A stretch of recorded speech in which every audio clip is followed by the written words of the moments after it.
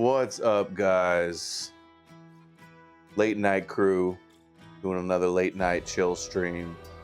We're gonna get started with T-Jump, the atheist challenges Tovia Singer. I already watched the first minute. It seems like it may be interesting. See what the rabbi's got to defend something outside his Abrahamic echo chamber. And then we'll watch some more stuff, whatever else I can piques my interest, or the chat suggests something we could watch together. Let's see some T-Jump and Tovia Singer. Get going. Oh, turn on the. I am an atheist, by which I mean I believe that all of the evidence and things we see are best explained by a naturalistic universe. Could you tell me some of the reasons you believe that there are for belief that there is a God? Judaism is a story not just about our faith, but it's about my people. I'm a Kohen. My great-great-grandfather is Aaron, the brother of Moses. So we've had a very long history, and throughout that history, God interacted in a very unique way with the children of Israel. And that possibly explains. See, if you believe in the Bible, that's what you got to think. That they're God's unique, chosen nation of priests, apple of his eyes, treasured possession, chose them, even if you're a Christian, chose them to stumble and be blinded and fall and not know the mysteries of God and the purpose of Jesus as the suffering Messiah, Son of Man. You believe the Bible, you have to agree with, and he's about to say, his proof that God is real, what they always say. The Goyim, Christians and Muslims also believe in the God of their book. That's their proof. Why, the vast majority of the world, they may not be crazy about us, but they think that our central core document, the Torah, is a holy book. There it is. The revelation at Mount Sinai, which is his evidence for God being real, I'm pretty sure we just had a clip of Rabbi Mizrachi saying the same thing recently. These rabbis really do believe their Bible is real, and the proof is that all the Goyim worship a Jewish Messiah and believe in the Jewish prophecies in the Torah. More people being gullible enough to believe bullshit is not proof that God is real. It's proof that the Goyim can be gullible sheep. Formidable event in Jewish history was not God speaking to somebody personally or an angel appearing to somebody upstate New York, but rather an entire nation experienced the revelation. We didn't have to trust anyone. Moreover, the events leading up. 2 million people on Mount Sinai saw it. Yeah, sure. Yeah, it's written in a book. Nobody ever lies in books, right? Parisia time. It's in a book. It must be true. I read it in a book. To the revelation at Mount Sinai were part of Jewish history. It was my people that endured slavery in Egypt. No, It was my people that witnessed together as a nation miracles on a national scale. No, you have stories of miracles. Exodus is mythical history. Did not happen. Experience the Exodus, and it is that national experience that's completely unique in the world. And the Torah itself makes this a point. In chapter 4 of Deuteronomy, the Torah tells us that, in fact, think back. So it asks you, the reader, to all times that have gone past. Proof of God. Moses split the Red Sea. It's totally unique, totally real. This is his proof of God. Weak, sad. From one end of the world to the other. Has any other nation had such a national revelation? Has any other people even claimed such a thing? And the author of this book says that no other nation will ever make such a claim. It's completely unique in history. Search from one end of the world. Nobody had the chutzpah to make up a God and claim that God chose them. Nobody had the chutzpah ever before to come up with a lore that they're the chosen people and that their God is meant to rule all the other gods and all the other nations. You know what's crazy is Jay Dyer makes the same argument. He says, because there's Old Testament prophecies about the nations, the Gentiles worshiping the God of Israel, and it happened, that means it's real. So him and Jay Dyer, Rabbi Tovia Singer and Jay Dyer, funny, because remember Jay Dyer said, he's like, Adam had Tovia on his show, and that's where he gets his Old Testament exegesis. I've never done a show with Tovia. That was a total lie. But in reality, Jay Dyer and Tovia Singer agree that the Bible is real and God is real. And we didn't, because the nations believe in the God of Israel, because the nations were duped to believe in this God and these prophecies.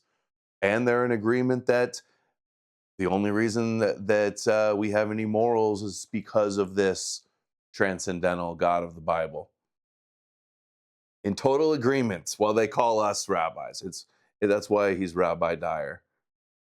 Has any other nation ever heard the voice of God as you have and lived? So it is based on that national experience through a wilderness, coming to the land of Israel. So all of Judaism is not just sort of a belief, like you might wonder, should I believe in any religion out there? It's a part of our national consciousness. It is passed down from father to son. So the Torah could very easily say to you that if anyone comes to you and says you should believe in any gods that your fathers did not know, do not listen to that person.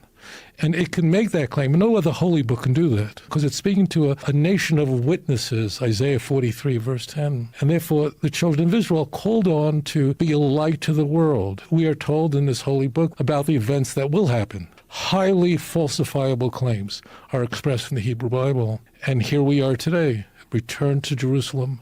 The miracles of our history are there for the world to see. Judaism... Come on.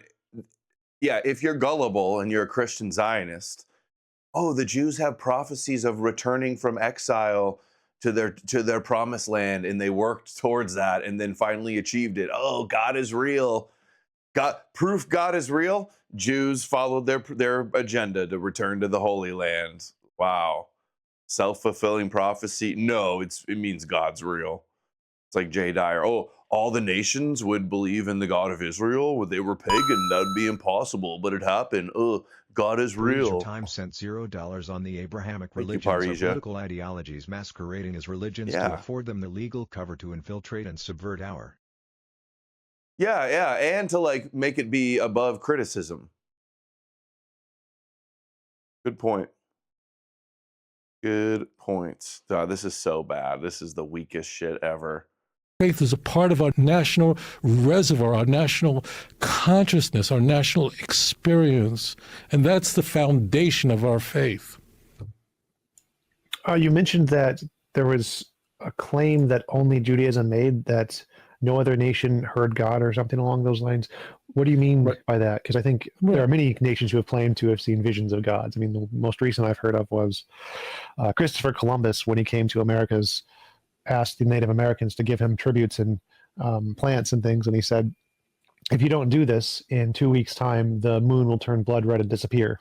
And that's my God is just so much more powerful than your gods. It's doing this. We know that wasn't because of God. He just knew the science behind the eclipse. But from the American Indians' perspective, they definitely thought they had a sign from God, and that it spoke to them as an entire people in that one instance. So why would that be any difference? That's one of the ways we know that Christopher Columbus was, I'm trying to be polite here, was a really nasty fellow. Because he knew very well what was going to happen in the celestial bodies, and he exploited the Native American Indians to get the result that he wished. But one thing, Christopher Columbus, we could say that the person was a bastard, and he was, but we cannot say he was stupid. So this is what Christopher Columbus would not say to them, and didn't say to them. You should know that this will never happen again. Because he knew that if he could do it, somebody else down the pike can do it. It's not just a national revelation, it's hearing the voice of God. Dude, it's not just pointing to the title was Atheist Challenges Rabbi. He asked for proof of God, and he's just pontificating on the whole Jewish story. The Bible. He's just basically saying, because the Bible. This is horrible. We got celestial phenomena, which people can do, but it's literally hearing, I am the Lord your God, who took you out of bondage, out of Egypt, to freedom. Shall have no other gods upon my face. We hear the words of God and our nation was transformed. We have devoted our lives to Hashem because of an intimate connection. So it's not like kind of a magic trick, or, as you said, knowing, some celestial phenomena, some eclipse that was going to occur, and then exploit that. But it's hearing the voice of God. Moreover, when the children of Israel came to Mount Sinai, when Rabbi Tovia Singer says Judaism's not a magic trick, that means it's a magic trick. The idea that there's a God and it chose them to be the light to the nations and teach the nations morals and get all the nations to worship the God that chose them, that's a magic trick. It's a psychological trick. They had left Egypt 7 weeks earlier. They've passed through the sea that had parted for them. So there were miraculous experiences for the entire nation that they had endured in their hope for freedom. And it's that basis that all of Judaism is founded on, and everything else we believe in is based on, number one, that God revealed himself to us at Mount Sinai. And I think one other thing should be said, Tom. Banks make a lot of money. It's very evident, not that I check their books, but when you walk the streets of New York, LA, San Francisco, London, banks have huge buildings, very valuable real estate. They're making a lot of money, loaning money.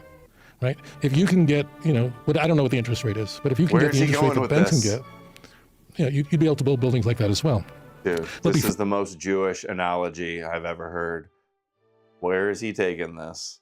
Before a bank loans you anything, as much as they want to, they will ask you for your social security number.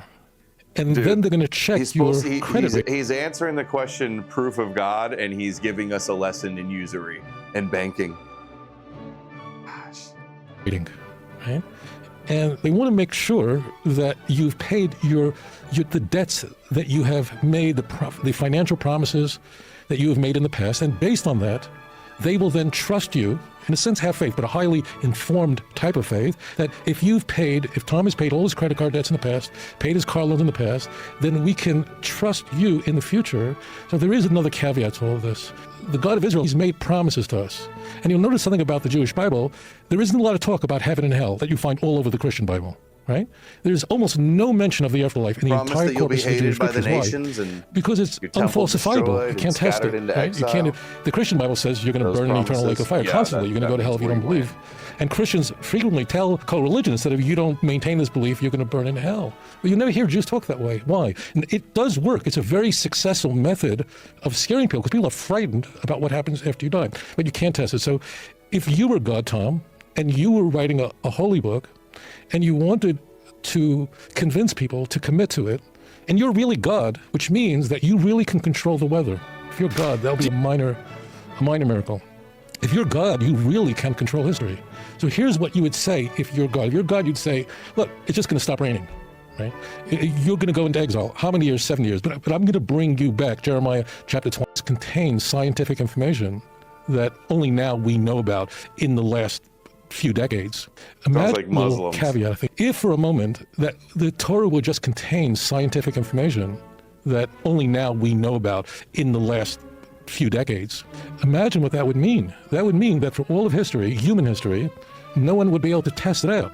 The beauty of what is conveyed in the Torah is, right now you can know that it stopped raining. Right now you can know that you're being exiled.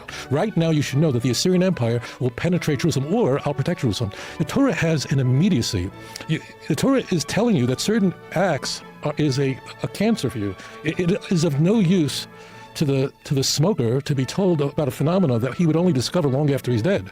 So the Torah is written so that people immediately at any point in history. God, 20 minutes of rambling, saying nothing. With hindsight and all the leaps in science, for us it would be very beneficial. But for them, they would be lost. And Hashem cares deeply about every generation. Therefore, the revelation at that time was a national revelation. We really heard the voice of God. We were all there. You talk about DNA. Let's do that for a moment. I'm a Kohen. I'm a priest. There are nearly 1 million of us in the world. You can check, and this has been done at the University of Arizona and around the world, my DNA. I mean, that's a highly falsified claim. There are Kohanim, priests all over the world. We are the patrilineal descendants of Aaron, the high priest, the brother of Moses. So what you could do is can actually this is such take nonsense. My DNA. He's going to say his DNA can trace back to Aaron, the first high priest. How do you know that? You have Aaron's DNA? There was no Aaron in Moses. This is just Totally made up. And find a Jew who I don't know in Manchester. Go to meet another Jew in San Francisco, another in Spain, who's a priest, and test our DNA. And ask the question, is there a common marker on our Y chromosome? So if the claim of my people bears any resemblance to truth, if it maps onto truth, what we would expect to find is that in fact we have that marker, and we do. There's a tribe in Africa, Lumba tribe, black men and women who look nothing like me. They have a tradition that they're not just Jewish, but they're the descendants of Aaron, priestly people. You can read all about them. The science has been done. We didn't know about Aaron them, was black. but they had this claim for a very long time. We was priests. We've tested their DNA. As you can imagine, what we'd expect to find, we discovered. They have that marker, the Y chromosome. So the beauty of Judaism is that it's something that could be tested at every stage of history. It's true, Tom, that many claims today... Proof Judaism is real is some people have some common DNA. It's not getting any better. Is T-Jump even going to get it? I thought this was going to be a debate. Challenges him. This is just Tovia Singer rambling for 20 minutes. What the hell? I can't do it anymore. Sorry. Checked out. Okay, let's see. Meet Jared Kushner, the new Jeffrey Epstein from JP Sears. 3 million subscribers. This is 9 days ago. 398,000 views. Do you know who Jared Kushner really is? People are calling him the new Jeffrey Epstein. For a reason. Now, there's a lot about Jared Kushner you probably don't know and that he doesn't want you to know. But we're gonna spill the beans tonight. Here's just a quick preview rundown of his resume. He's currently making waves for the new private island he wants to develop in Albania that has Albania revolting, and a fraud investigation opened up on. Kushner also has a major role in the Trump administration. On behalf of the US government, he negotiates with the Middle East governments that his firm also takes major investments from. Kushner has also been the central negotiator in the Iran war and on ceasefires and peace deals, which have all fallen through because he's a good negotiator. He's got Epstein connections. And if you love what the government of Israel is doing, then you can thank Jared Kushner for it because he's helping them do more than anybody else. And Kushner's father committed what the former U.S. attorney for New Jersey called one of the most loathsome, disgusting crimes he had ever handled. Jared Kushner currently shapes foreign policy in the Middle East more than anybody else. I love how it's meet Jared Kushner as if like nobody knows who Jared Kushner is. Hey, you're going to expose Jared Kushner, the first person to ever do it. More than President Trump. So while Jared Kushner might not want you to know much about him, probably because he's just humble, I thought tonight we'll help you get to know him better, much better, in our special Meet Jared Kushner report, starting with his very popular Private Island project. Kushner's wife, Ivanka, who happens to be President Trump's daughter, recently let the cat out of the bag on a private island that her and Kushner bought in the Mediterranean. And they're going to be developing it. But before we get to what you're not supposed to know about the island, there's a lot, you have to appreciate how in touch with the little people of the world that Ivanka is. Hey, I think everybody wants us elites to have another one of those private island things. I know, I'll proudly announce it so everyone can be happy about it. Great. Here's what Kushner and his super in tune wife didn't tell you.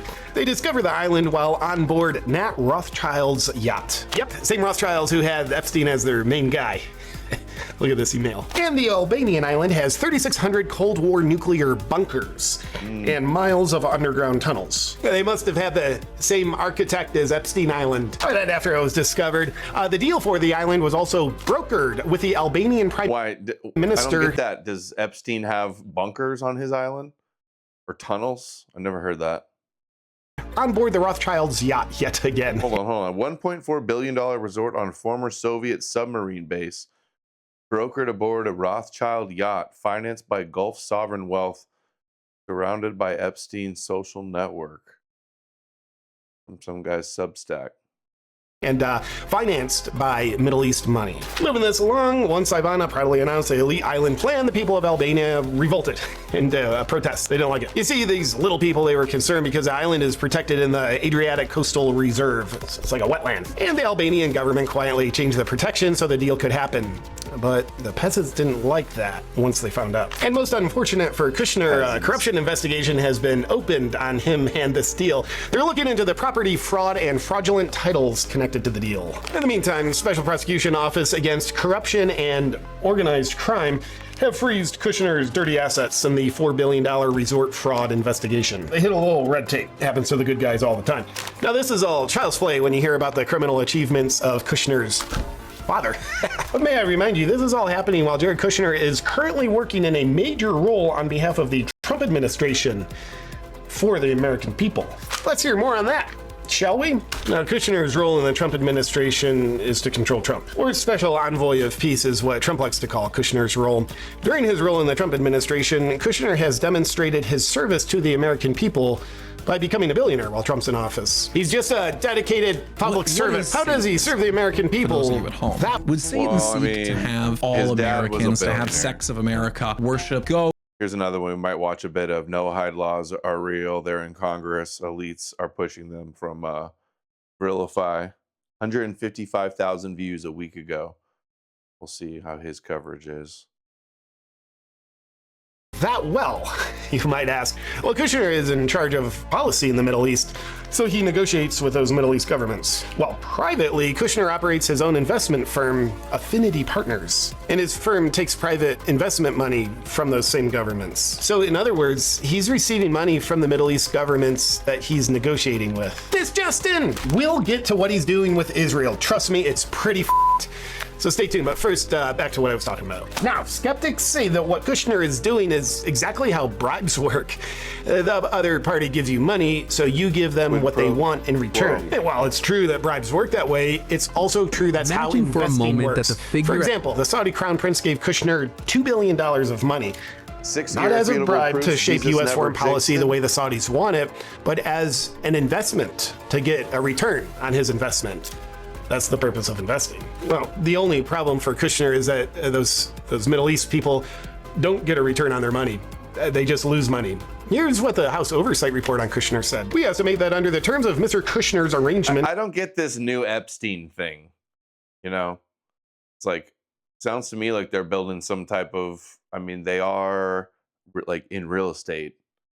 They're buying an island to try to build some big resort. Maybe it'll have some bunker system for their friends if Gog and Magog kicks off or something. Some place for them and their rich Jewish friends to flee to. But I don't see how that makes him Epstein necessarily. He's way different than Epstein. With foreign investors, Affinity collected more than $60 million in fees from foreign investors in 2020. The new Epstein just seems like a... I saw some of that talking point going around a little bit too. Just seems like a clickbaity type of thing. 25, Am I off? Including $39 million from the Saudi government. This year, Mr. Kushner will continue to collect the same amount or more. We estimate that since 2021, Mr. Kushner has collected more than $110 million from the government of Saudi Arabia for investment management services that have reaped little to no return. So just to be clear, it's not bribery or money laundering. It's fees that Kushner is receiving because the Saudi prince likes to invest money where he'll just lose money. It's a crown prince kind of thing you just wouldn't understand.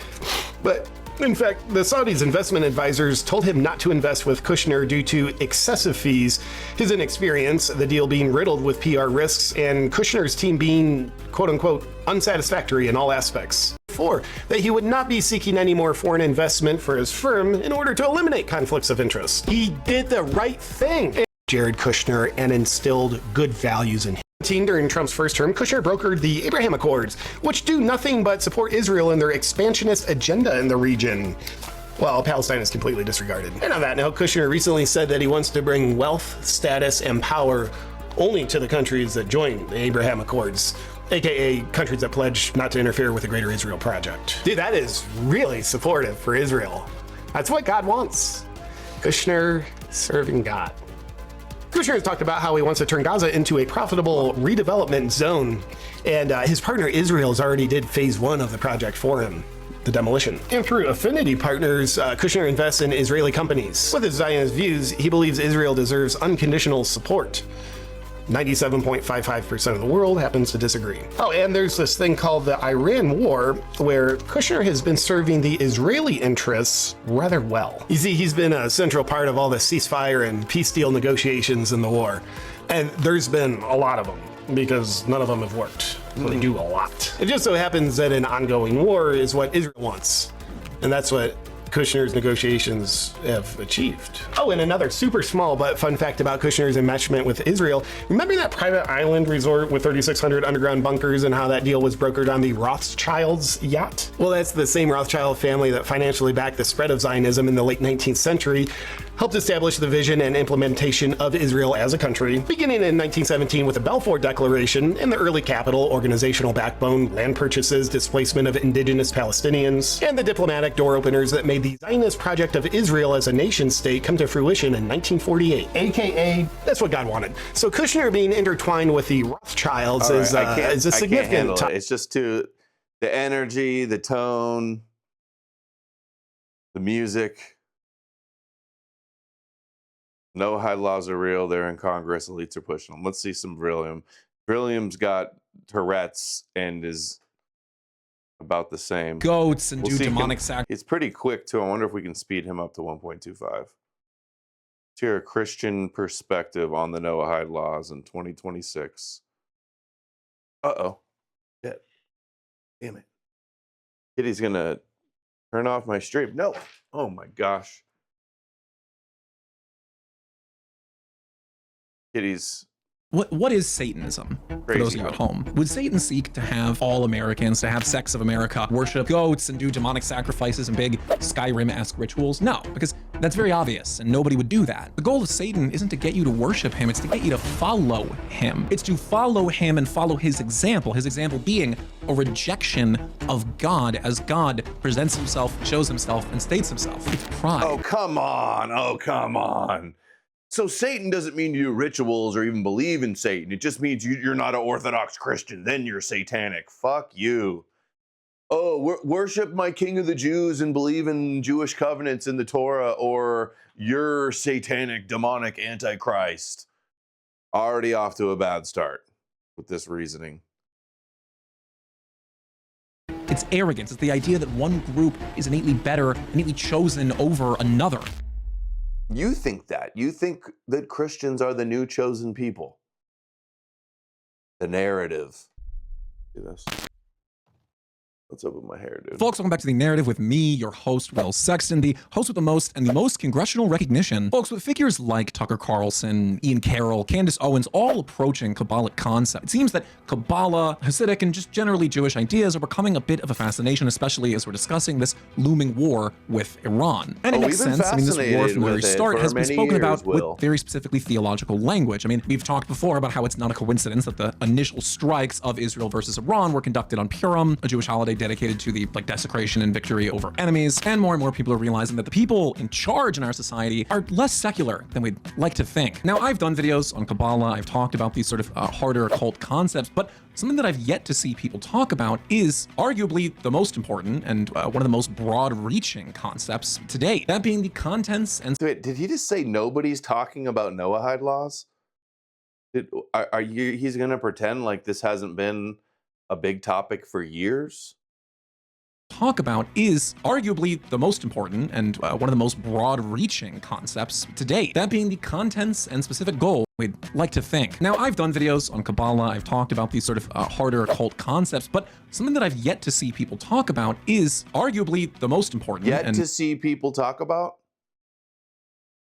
Maybe YouTube banned all the good Noahide law videos. I remember I had Noahide law and Chabad videos on YouTube that at one point they had like hundreds of thousands of views. At one point you'd search it and it would be the #1. All my videos would be top ones. And then they switched the algorithm and then I wouldn't even show up at all when you search those topics. And then they were all banned. But now that was 2020. So 6 years later, he starts a new channel and explodes and gets hundreds of thousands of views on Noahide law stuff. see. One of the most broad-reaching concepts to date, that being the contents and specific goals of the Noahide laws, the 7 laws of Noah as outlined by the Zohar and debated constantly across Talmudic tractates. They're laws that aren't explicitly listed anywhere in the Torah, but are instead entirely derived from man-made, or more specifically, rabbi man-made. No, dude. They are derived from the Torah. They're derived from Genesis and the Noah story. It's just doesn't say explicitly in the Old Testament, these are the Noahide laws. He goes, oh, they're man-made in the Talmud. It's like, well, the Torah's it's man-made in the Torah, really, to be technical, but they can never criticize the root of it. It always has to be anything but the Torah. This is just an analysis of the text and tradition. So in classic Will Sexton style, I'd like to take a trip into the Noahide laws and talk about how they're not only specifically designed to affect you, but are affecting you right now. But before I jump into all that, be sure to like and subscribe, hit the bell to get notified. I bet he won't say this, but because Christians and Muslims really are like almost perfect Noahides, that's how they're affecting you. I hope that's what he says. You're a Noahide. Your Orthodox guru, Jay Dyer, says you guys are in the Noahidic covenant. Acts 15 talks about you're basically following the Noahide laws. So yeah. Anytime I make a new post. I mean, seriously, guys, I got a lot of comments on my last video that some of you just put on these. Yeah, he used to be a big leftist just a couple years ago. When I was exposing Noahide laws on YouTube and getting banned, he was some like dressing up in diapers and in girls' clothes and doing gay posts, some gay communist leftist. And then now it's like, oh yeah, oh you got your YouTube plaque right away. That's funny. I got 100,000 subs and never got mine. Talking about the same exact things.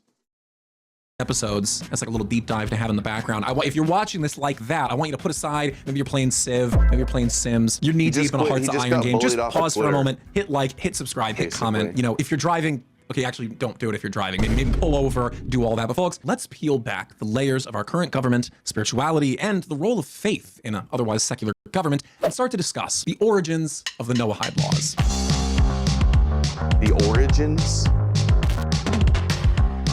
Now, like I said, the laws aren't actually like written out in the Torah. There's no part of the Torah where you can go and the Noahide laws are listed out. Rather, they're exegesis. They're taken from rabbis, more specifically the great rabbis, the great sages of the Talmudic era, the time in which the Babylonian Talmud is being compiled. They take various parts of the Torah, various parts of other oral teaching, what's called the Mishnah, and debate them. And it's from there that they subtract different rules and laws. This is how all Jewish commandments and all Jewish rulings were put together, basically. Now, the Noahide laws, to put it simply, are the laws of the Gentiles, the laws of non-Jews. The Jews are supposed to follow 613 commandments, 613 mitzvot, singular being a mitzvah. And we Gentiles are so lucky that we only get 7, largely derived from the book of Genesis and more specifically from the story of Prophet Noah. I would hope the people who watch this are biblically literate enough to know who Noah is. Noah's Ark, remember that? Flood, animals, 2x2, boat, you know, rainbow, that whole thing. This is the Noahide law. Basically, the rabbinical consensus agrees that like a universal code, a universal law exists that mankind needs to figure out. More specifically, the chosen of mankind, the enlightened of mankind, the nation of Israel needs to figure out and then show to us, the Gentiles.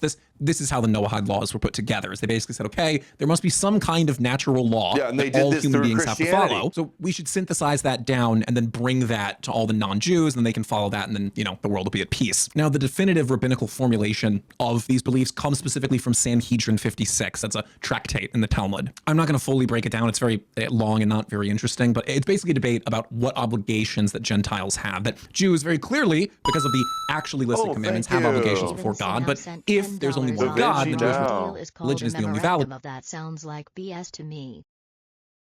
Sounds like they don't want to call it a treaty.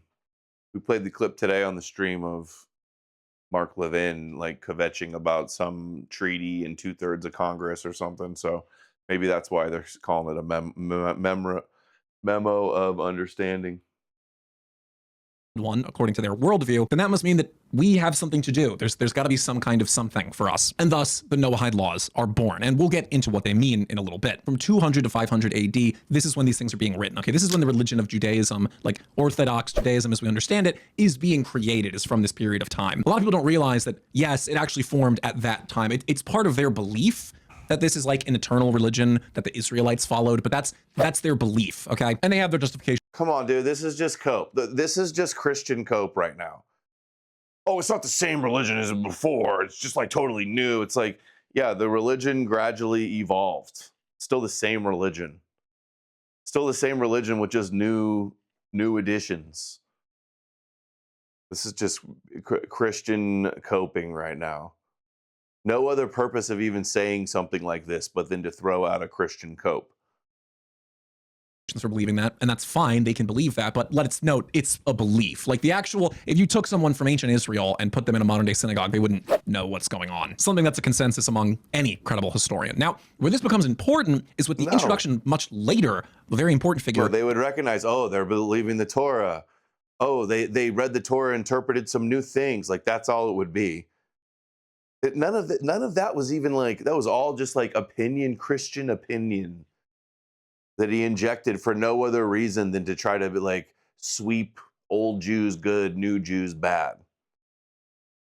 Called Maimonides. Now, I've spoken about Maimonides a lot on this channel. I've even debated doing a whole video specifically on Maimonides because he's such a fascinating character and played such a fundamental role in hashing out the theology of Judaism as we understand it. To give you the short, Rabbi Moses ben Mammon lived in Islamic Spain. What has he ever said what Maimonides says about Christianity and is like the consensus view amongst Jews is that it helped pave the way for their Messiah and Judaize the world?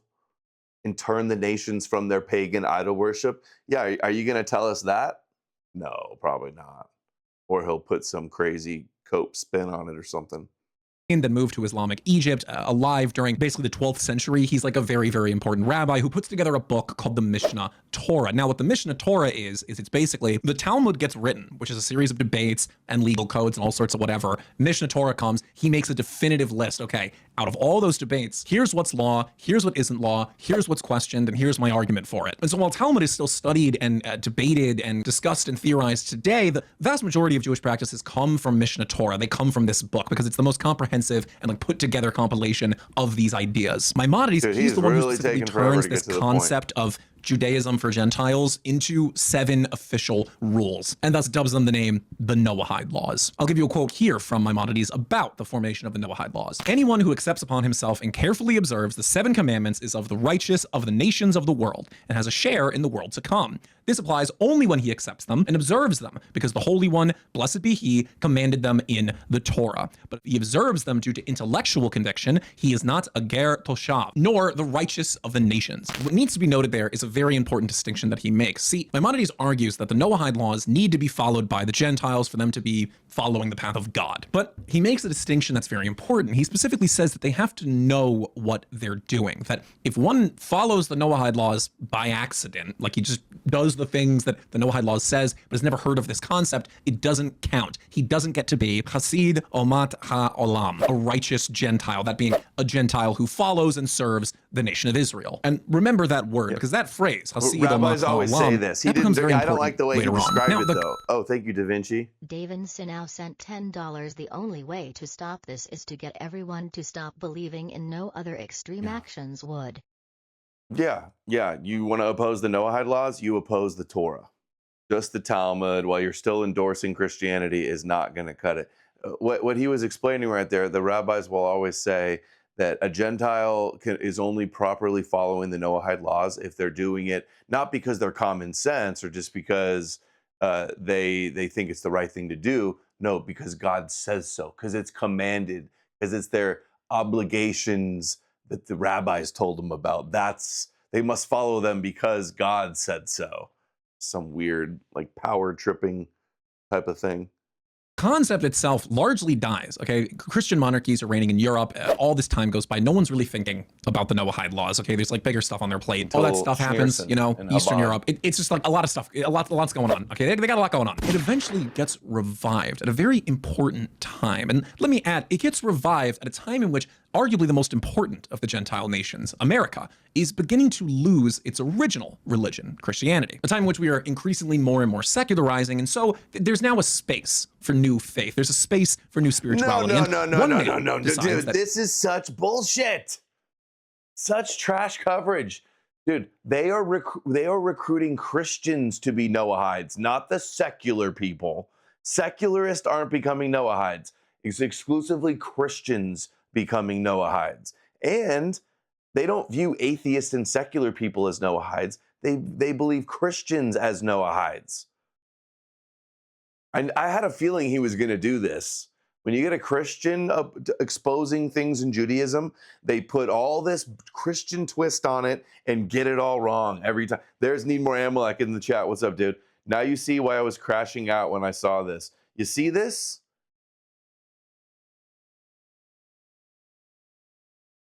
This is the perfect place and the perfect time for something new, something that can be presented to the Gentiles, be presented to these people. No, it's because they say that the Rebbe started going public with their Noahide evangelizing because they were safe to do so. Because Christianity had already become, post-Vatican II and more kosher and Protestants and all this.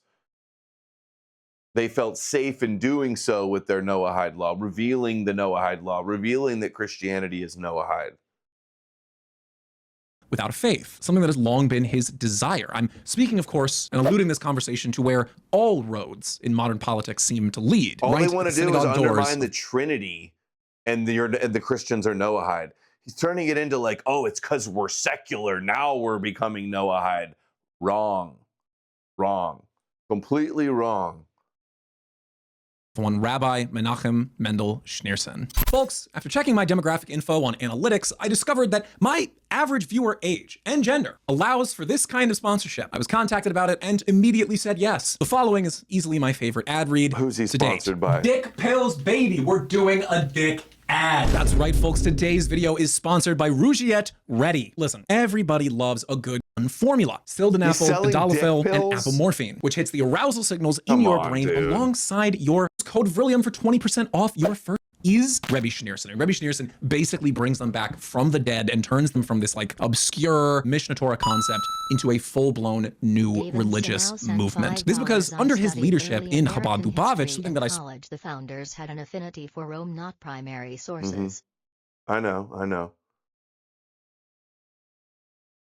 Spoke about specifically in my Chabad video, he turns the Noahide laws into an outreach program. He undertakes this idea that Gentiles need to be converted into the Noahide laws, that not only is there a requirement of all Jews to join into the Chabad Lubavitch theology and observe the commandments, but as many Gentiles as possible need to be brought into the Noahide laws, believing it to be a necessary precondition for the Messiah, the Mashiach, this figure that they believe is coming for them. And at a time in which the West is secularizing, this is a very, very prevalent conversation. I mean, Rebbe Schneerson sees this as the chance to really deal the final killing blow against Christianity and its place within Western society. Now, that may sound harsh, but I can explain very simply why that is, but in order to understand that, we need to understand what exactly these laws say and how their goals are very clear: to convert the Gentiles, uproot Christianity, and eventually usher in the end of the world.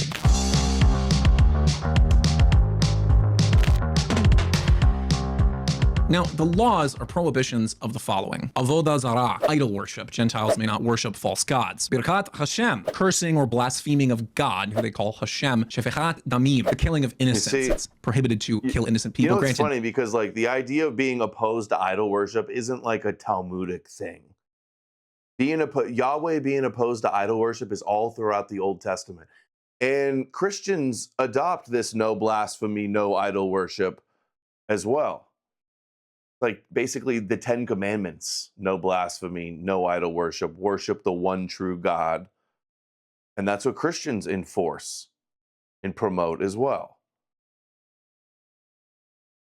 There's a bit of flexibility. No pagan idols. There, luckily for Israel's sake. Gezel, that is the prohibition of stealing, of theft. Again, there's loopholes. Gilu arayot, sexual immorality, a prohibition on incest, adultery, and certain other unions. But granted, that's debated. Pay attention to all of the swish noises he uses in his editing. Amalek thinks it's good. He thinks, I don't think it's just that's getting these numbers. I think it's just kosher coverage. But all the swishes and swoops, it's good for like TikTok, millennial, or Zoomer brain or something. Yeah, Zoomer brains. That's funny, White Wizard. Zoomer brain. It's like catnip for Zoomer brains. Amalek says he doesn't think it's good. It's just good for the peasants. Yeah, that's true. and the prohibition of eating the flesh of a living animal.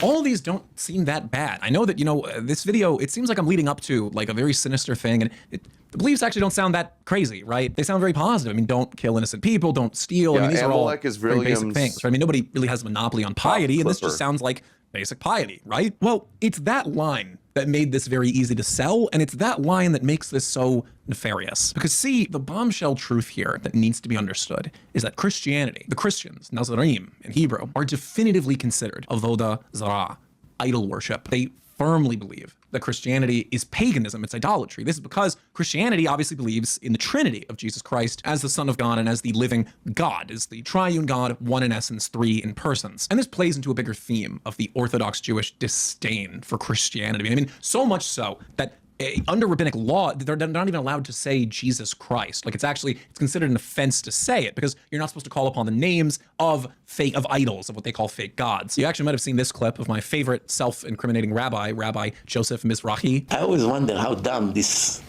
goyim sometimes can be. Like they say, you killed our God. That means it wasn't a God. How can kill a God? Normal. Dude, William's posting his L's right now. Posting his Mizrachi W's. But you could be. You killed our God. Who was your God? JC. If it was God, we could kill him. You can see there, he hesitates to say Jesus Christ, instead referring to him as JC. Words cannot express how profoundly they dislike Christianity. Like, to believe in Christianity is the worst. Except what did Maimonides say about Christianity? Still, it helped. He saw it as a good thing, Judaizing the world and preparing the world for Moshiach. And what is the Orthodox, I forget the name, Orthodox rabbis put out a statement, pro-Christian message. Okay. It's not good for them, but it still served a purpose for the Gentiles. That's their view. He's going to cover all of this and omit that. I just know it. And he's going to ignore how a lot of rabbis actually do argue that it may be idol worship for the Gentiles, but it's still better than paganism, bringing them to the God of Israel. So it's okay for the Gentiles to do a little idol worship as long as it's Jewish, just not the Jews. Yeah, play the clip of Mizrachi saying that how can he not be happy with 2 billion goyim bowing down to one Jew? Play that clip. He won't. He won't. Offense that one can commit. They see Christianity as an abomination because not only is it idolatry in their minds, it's an idolatry that they see as a perversion of their monotheism. And so Christianity itself and its adherents, they see as an abomination, as like animals. Now, that may sound harsh, but I have a source for it. My opinion, the atheist is 1,000,000 times worse. 1,000,000 times worse. There's nothing even to compare. But what can I say? That the Torah say, which one of the two deserves death penalty? The one who bowed down to the sun. The Oved Kochavim. Even if he's a goy, it's against the 7 law of Noah. Even the Gentiles are not allowed to worship idols, which makes a lot of Christian people in a very, very big problem when they die. Because they break one of the 7 laws directly with their religion. They made God the Son, another entity. And the 10 Commandments, it warned, don't ever dare to make any other authority besides me. Not brother, not son, not wife, nothing. There's one and only one, and that's what the Torah constantly repeats non-stop. Many Christians obviously live with this problem. I get thousands of emails from them every year. It always bothers me how our religion contradicts the 10 Commandments. How we have all these things. We argue who was JC and all these things. We have so many clips of Mizrachi saying he prefers Christianity to atheism or to paganism. He says Christianity is not as bad as the pagan religions because at least they worship our God. At least they believe the Torah. He's not going to show you those clips. You're bad faith, William. You're lying by omission here because of your Christian bias. You're not giving the true analysis straight up. And it's disgraceful and despicable and probably why this is boosted so much on in the algorithms. It never made sense to me. Thank God I found you and I listened to it. Now I know I was right all along. In less than a minute, he leaves this religion. He doesn't need more than a minute. All he needed is someone to tell him you were right. Dude, he just can't stop telling. I kind of like him. I'm not gonna lie. I mean, listen, he makes my job like a lot easier, and like he is funny with it. You gotta give the guy credit, okay? This all begs a question: why is any of this important? Okay, they don't like what we believe, but that's not necessarily that bad. There's plenty of people around the world who don't like what we believe. There's people who call themselves Christians who don't like what I believe, and there are people who call themselves Christians that I do not think are Christian. So what's the problem? Yo, Vrillin, he goes, oh, Mizrachi's my favorite rabbi. He makes my job easier. It's like, dude, me and my guys are the ones who have been clipping Mizrachi for 10 years.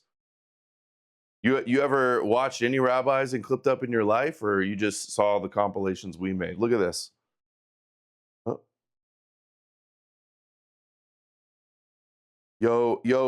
Vrillium, why don't you show this clip of Mizrachi? The Christianity is not the worst form of idol worshipping. The worst idol worshipping is when a person bow down to the stars, to the sun, to the moon, to a tree, to an animal, to the water, to anything, any object. Or that's a pure idol worshipping. The Christians, they believe in the God, in the creator of the world. They don't say there's no God. They definitely understand there is a God, the God of the Torah, the God of Israel. He built the world, he made the world, he runs the world. The idol worshipping of the Christians is not as bad as the idol worshippings of Nepal or India and other places. Because they still believe in our God, but they believe in somebody else. The Christians and the Muslims came and they say, we are not challenging Judaism. We are the witnesses to prove that God gave the Torah to the Jews. They call it the Old Testament. Same thing the Muslim, they believe in the Torah. Half of the Quran is from the Torah. Ibrahim, Sarah, all the stories from the... $10. Have you studied logical positivism? No. Leopoldo Zia Aguilar's positivism in Mexico is the Mexican elites hated the Mexican people called them. It is worth reading and relates to what you discuss each. Yeah, I know they had like Catholic revolutions and stuff, and we're trying to stop the Catholic Church in Mexico. It sounded based. I covered that a couple streams ago. Oh, careful, kitty. The kitty is just climbing and exploring everywhere. Oh, you're gonna fall from there, babe. All right. Hey, yeah, William, why don't you play these clips? We've been posting them all over the internet. You've been willfully ignoring them? The Torah appears in the Quran. They never tried to say God never gave the Torah to the Jews. The opposite. In the Quran, in many, many places, it describes Mount Sinai, how the Jews got the Torah from God, how he took us out of Egypt, how Pharaoh was a wicked king. There's a lot of things that is copied from the Torah. So they adopted the Torah as a divine book. It's everyone serving. How can I not be happy when I see millions of goyim bow down to one Jew tonight? What's better, a secular United States or a Christian United States? So now we have between idol worshippers that follow Christianity or total atheists. What's better? Rabbi Victor Miller, by him everything was clear. So absolutely, we should hope that there will be a very strong Christian state. Why? An atheist, everything by them is against God. They don't do one thing he likes. Everything they believe in is against Hashem. Christians, 80% of what they believe, it's not against Hashem. So, yes. Yeah, you're almost they perfect make a critical mistake besides the Trinity. See, William is misrepresenting and not showing you what the rabbis actually say, giving you a limited scope of what their actual takes. And then we show you the full picture and they go, you believe the rabbis? They believe in a fake Messiah. They worship him. They say he's God, son of God. All kinds of different beliefs, which is a big problem. But that's their problem, not ours. Yeah, they cover their ears during these clips, don't they?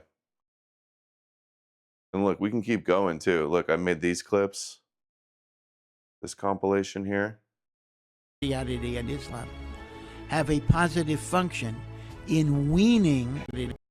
Both Christianity and Islam have a positive function in weaning the pagan world away. Yo, William, stop gatekeeping, pretending like you're the first one to cover any of these topics and what the rabbis, the full picture of what the rabbis say about Christianity. How about that? Too much to ask?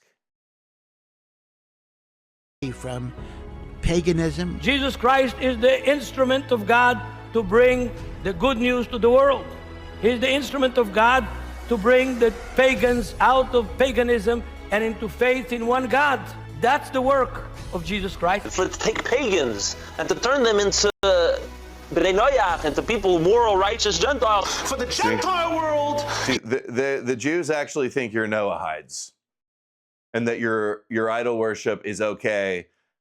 They'll make an excuse for it. Maybe one day they'll try to phase out the Trinity slowly, but that's the extent of it. And hey, Christians, according to Revelation, you're supposed to be beheaded for not refusing to profess your faith in Jesus anyway. So they're just giving you exactly what you need. Trust the plan. Jesus is going to come back and smite the nations and tread the winepress. He took them away from barbaric paganism, and he made them embrace the Sheva Mitzvahs B'nai Noach, which are the basic moral codes known as the 7 Noachide laws that God gave the Adam and the B'nai Noach for all of humanity. The significance of Christianity and Islam, bringing a pagan world to the idea of one God. When it comes to taking a pagan polytheistic world and moving them towards the right direction, Christianity and Islam have done a great job in doing that. So in that regard, we see Christianity and Islam as helping bring the world to observe what they're supposed to ultimately observe, the Noahide Code. Is William's Noahide Law video going to tell you any of this and show you all the clips of the rabbis we compiled over the years? No, of course not. He's gonna say Jesus is the answer, and there's nothing they hate more than Jesus. Themselves to semi-Jews, monotheistic. Islam. Dude, Cat messed up my stuff again. All right, we get the point. We can keep going on and on and on with those. With that. Well, if you've seen my video on Kabbalah, which if you haven't, you really should, you'd understand that Kabbalah, which is kind of like this root soul of Orthodox Judaism. We might have to go watch those too. I meant to watch those. Amalek's been telling me to watch these. See if he's got some bullshit in those too. About removing klipot from the world. Klipot meaning impurity. A husk, a hole. In Lurianic Kabbalah, that's just the fancy word for Kabbalah, the belief is that when a nation worships an idol, when a nation It's not the fancy word for Kabbalah. It's because it's Isaac Luria inspired Kabbalah, not the fancy word for it. Society that violates these laws creates spiritual klipa, husk or shell, that obstruct the messianic process.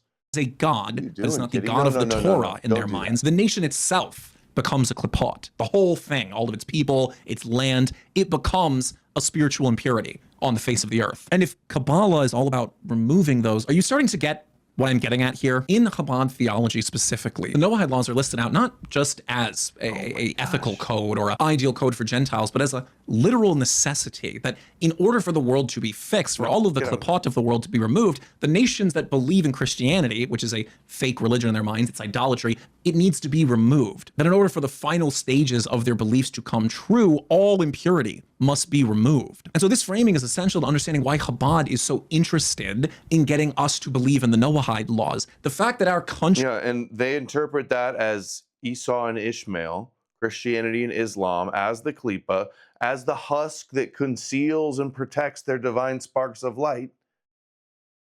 And by destroy it, they mean like destroy it as it is today and make it more Noahide compliant. That's what they think, or would say, a lot of them, I'm sure. Still is majority Christian, that any country on earth is Christian, whether in name or demographic, that's a problem. That's obstructing their religious belief, their belief in Messianism and the Messiah. And Schneerson only ramped up those efforts, explicitly saying several times that it was necessary that the Gentiles of the world reject Christianity and believe the Noahide laws. Do you understand the issue here? All of the Christian countries are, in their eyes, a blight on the world that needs to be purged. The Messiah can't show up until Oh my God. He's done doing that annoying Sneeko sound effect. Oh, I I hate it so much. He didn't even say anything cool. It's never, I've never seen that soundbite work at all. Yeah, red alarm, so cringe. 1940. Let's hear it again. I want to hear what he said before it went off. Myron invented the effect. Yeah, and Sneeko does it all the time. Are, in their eyes, a blight on the world that needs to be purged. The Messiah can't show up until every Christian nation, until every Christian people has been wiped clean of their Christianity. And the Noahide laws serves as a replacement. It's a diet Christianity. And this is part of Schneerson's campaign. It's specifically set up to look like Christianity, to feel like Christianity, to be worded like the Beatitudes. So much so that it can almost seem like Christianity. And now, once I say that, think to yourself, how many politicians or like these megachurch Protestants talk about noises. God? They talk about third world humor, the Bible, but never read. Yeah. Jews want everyone to be Noahide by force, like you want everybody to be Christian by force. The gospel. They never show a cross. And Acts 15 is basically the Noahide laws. You want the rabbis want everybody to bow down to their Messiah. Well, you want everybody to bow down to your Messiah. You don't really have much room to talk. Sent $0 on Gonna Catch Thank Some you, Z's. Half-Based. Sleepy gotta get up hella later, duders. I'll probably listen to the playback you do in the book club this week, Wednesday or Saturday. Probably Sunday. We're gonna do it Sunday. We didn't do it this week. I was watching the historic UFC event. All those amazing fights. They really were amazing. Like best UFC night I've ever seen, maybe. About the crucifixion. They never talk about the Gospels, the Beatitude. They only talk about the Old Testament and this loose concept of God, all while touting this Christian facade. It was at Trump's inauguration alone. They read the Bible several times. Not one verse from the New Testament. Why? Oh my God. He's kvetching that the Trump administration is not Christian enough. Really? Dude, Hegseth's reading Bible verses. Trump's getting up on Easter saying, our Lord and Savior, resurrected after 3 days. Jesus Christ, ladies and gentlemen. At the White House, they auctioned off a white Jesus painting. Come on, dude. Don't give me this, they hate Christianity bullshit. Come on. Dude, they shoved Jesus down everybody's throat so much, the Trump administration, all these Zionists, and he still acts like it's not good enough and that they hate Jesus and they're persecuted. Give me a break. See, this is what Christian opposition to Jews ends up being, just like a clown show. It's Noahidism. That's not Christianity. It's Noahidism. These pro-Israel megachurches you see popping up that don't even have crosses on their facades, don't even have crosses in their names, whatever. It's Noahidism. It receives support from Chabad, which is specifically attempting to ensure that people leave Christianity in favor of this thing. But let me back it up a little bit, because this all sounds crazy. It's just a belief. And like I said, I mean, beliefs don't necessarily cause harm. I mean, people have all sorts of wacky beliefs. But the question is, what happens when beliefs become politics? He's going to talk about all the meetings with Chabad and education. Beginning in the 1970s and accelerating all throughout the 1980s, Rebbe Schneerson specifically launched a systemic campaign to ensure that the Noahide concept was brought to the Gentiles in the biggest ways possible. And we're talking a multi-front campaign that attacked our government on all sides. I mean, need I remind you, Rebbe Schneerson is literally why we have a Department of Education. The Department of Education that like oversees your kids going to school. Yeah, he came up with that. Outreach. No, wait a second. That doesn't seem right. They had something called Education Day where they honor the Rebbe. He didn't come up with the Department of Education. No way that's real. Hold on. Let's see. I got to ask this.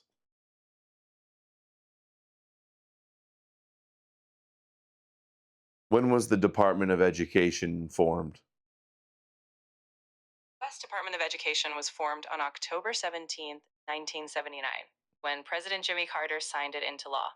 It officially began operating in May 1980. And did Chabad Lubavitch or the Rebbe have anything to do with that Department of Education? No. Chabad or the Lubavitcher Rebbe didn't have any direct involvement in the formation of the U.S. Department of Education. The department's creation was a political and governmental decision, primarily aimed at consolidating federal education programs and elevating the role of education at the federal level. That's what I thought. That's what I thought. Political figures lobbying. Wilbone says primary advocate. I know there's a picture. I'm pretty sure that there's a picture of Jimmy Carter with the Chabadniks. Okay, let's see here. Federal Department of Education. Amalek shared it. Let's see.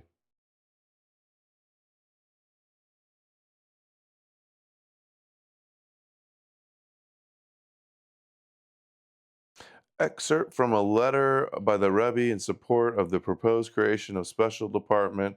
Oh, he did propose it. Leaves much to be desired. That's crazy.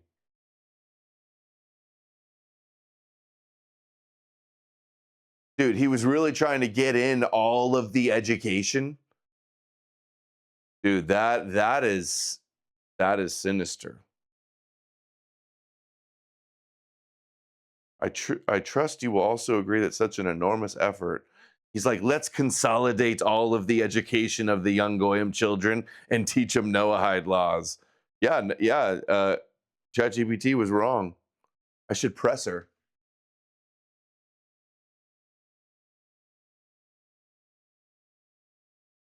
Did the Rebbe not send a letter to the president supporting the idea of a federal Department of Education? You're absolutely right. He did. The Lubavitcher Rebbe, Rabbi Menachem Mendel Schneerson, was a strong advocate for education. He did indeed send messages to U.S. presidents emphasizing the importance of moral and ethical education. While he supported strengthening education, including advocating for a moment of silence in schools, he wasn't involved in the actual legislative process of creating the department, but he certainly expressed support for the idea of prioritizing education.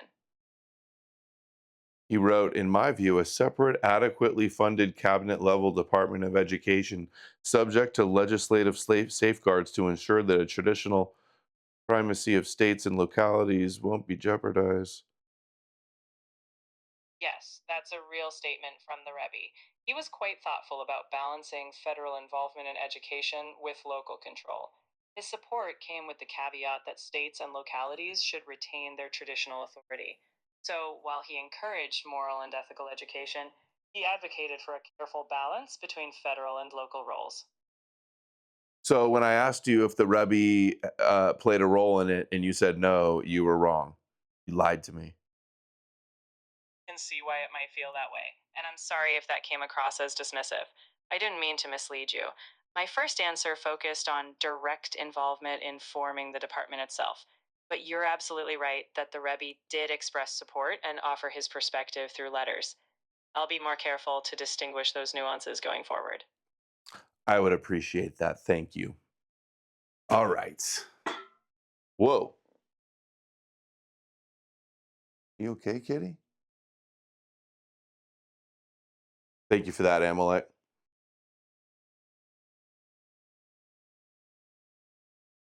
Lobbying in the White House, educational materials. It seems like Amalek already fact-checked that claim. Textbook writing, I mean, all sorts of ways in which this stuff is being quietly pushed into our society in ways that make it seem as if they've always been there. And this is a conceited effort that goes on for a long time, but it comes to full fruition under President Reagan. If anybody was a righteous Gentile, it's him, okay? Reagan had incredible relations with this community and incredible relations with Chabad. And the pivotal moment of this came on April 15th, 1982, when President Ronald Reagan proclaimed the birthday of Rebbe Schneerson as Education Day USA, a new holiday observed in America that explicitly tied America's educational values to the Noahide framework. The proclamation said, quote, whereas Congress recognizes the historical tradition and ethical values and principles which are the basis of civilized society upon which our great nation was founded, whereas these ethical values and principles have been the bedrock of society from the dawn of civilization, and they were known as the 7 Noahide laws. And let me note, this was not Resolution 1 Congress in any capacity like this. Sorry, the Noahide laws, this 2016 called incredibly small religion and incredibly small Christianity. And it's a rewriting of our past that makes all of this seem permissible, that all of these beliefs are okay. And let me be clear, the reason why I believe that this is pure Satanism is because what is Satanism? For those of you at home, would Satan seek to have all Americans to have sects of America worship like goats and do demonic sacrifices and big Skyrim-esque rituals? No, because that's very obvious and nobody would do that. The goal of Satan isn't to get you to worship him, it's to get you to follow him. And that needs to be understood. It's to follow him and follow his example being a rejection of God as God presents himself, shows himself, and states himself. To reject Jesus Christ, to reject the will and commandment of God, is Satanism. It is inherently anti-Christian. It's Satanism. And this is the Satanism that our elites follow, that the righteous Gentiles, the sympathizers of the elites, follow. It's not fire rituals and big crazy, magic parties. No. It's far more sinister and far more demonic. It's pride. It's arrogance. It's the idea that one group is innately better, innately chosen over another. And the rejection of Jesus Christ as the one who died for our sins, as the perfect man, as God, as the true God. And I say all of this not to disparage those who are... This is delusional. To think that we don't believe in your magical superhero Jewish fairy tales, so that means we're satanic. So we're like the embodiment of all evil because we don't want to bow down and drink the magic Jew blood. Not Christian. That's not the problem here. The problem is that this is institutionally empowered. It's become pervasive, subversive in our society, and is being presented to those who are faithful. It is attempting to skin suit and subvert that which is faithful and rewrite our history before our very eyes. And once you understand Noahidism, once you understand the Noahide laws, you immediately understand who's following it and who isn't. You begin to realize that when politicians talk about God and the Bible, when they talk about belief and faith, they're not talking about Christianity. They're talking about their religion of Noahidism. The same who claim to be politicians and political figures fighting for the rights and beliefs of Christians are the very same who shudder at the phrase Christ is king. This is because Christ is king. Now that's the central belief of Christianity, but that's a deep blasphemy in Noahidism. And so they never will. And they never will do that because this is their belief. This is their religion. This is their God. And so as we approach this midterm... Yeah, they won't do it, but they recognize you believing in Christ as a Moshiach is beneficial to them. Oh, they're so satanic because they don't bow down to Jesus. They just bow down to the Jewish Messiah, then everything would be cool.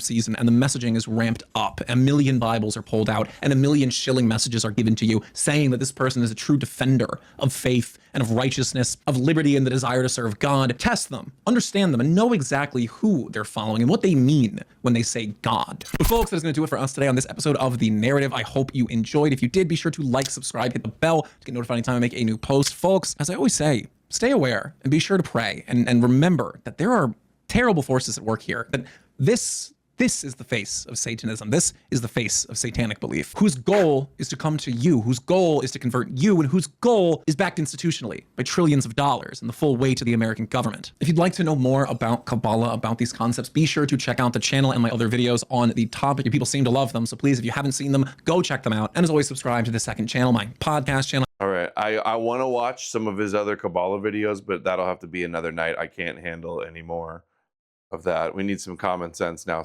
Let's see this new channel I've been following. Sacred Logic. 35,000. Whoa, 3 months ago, 234,000 views.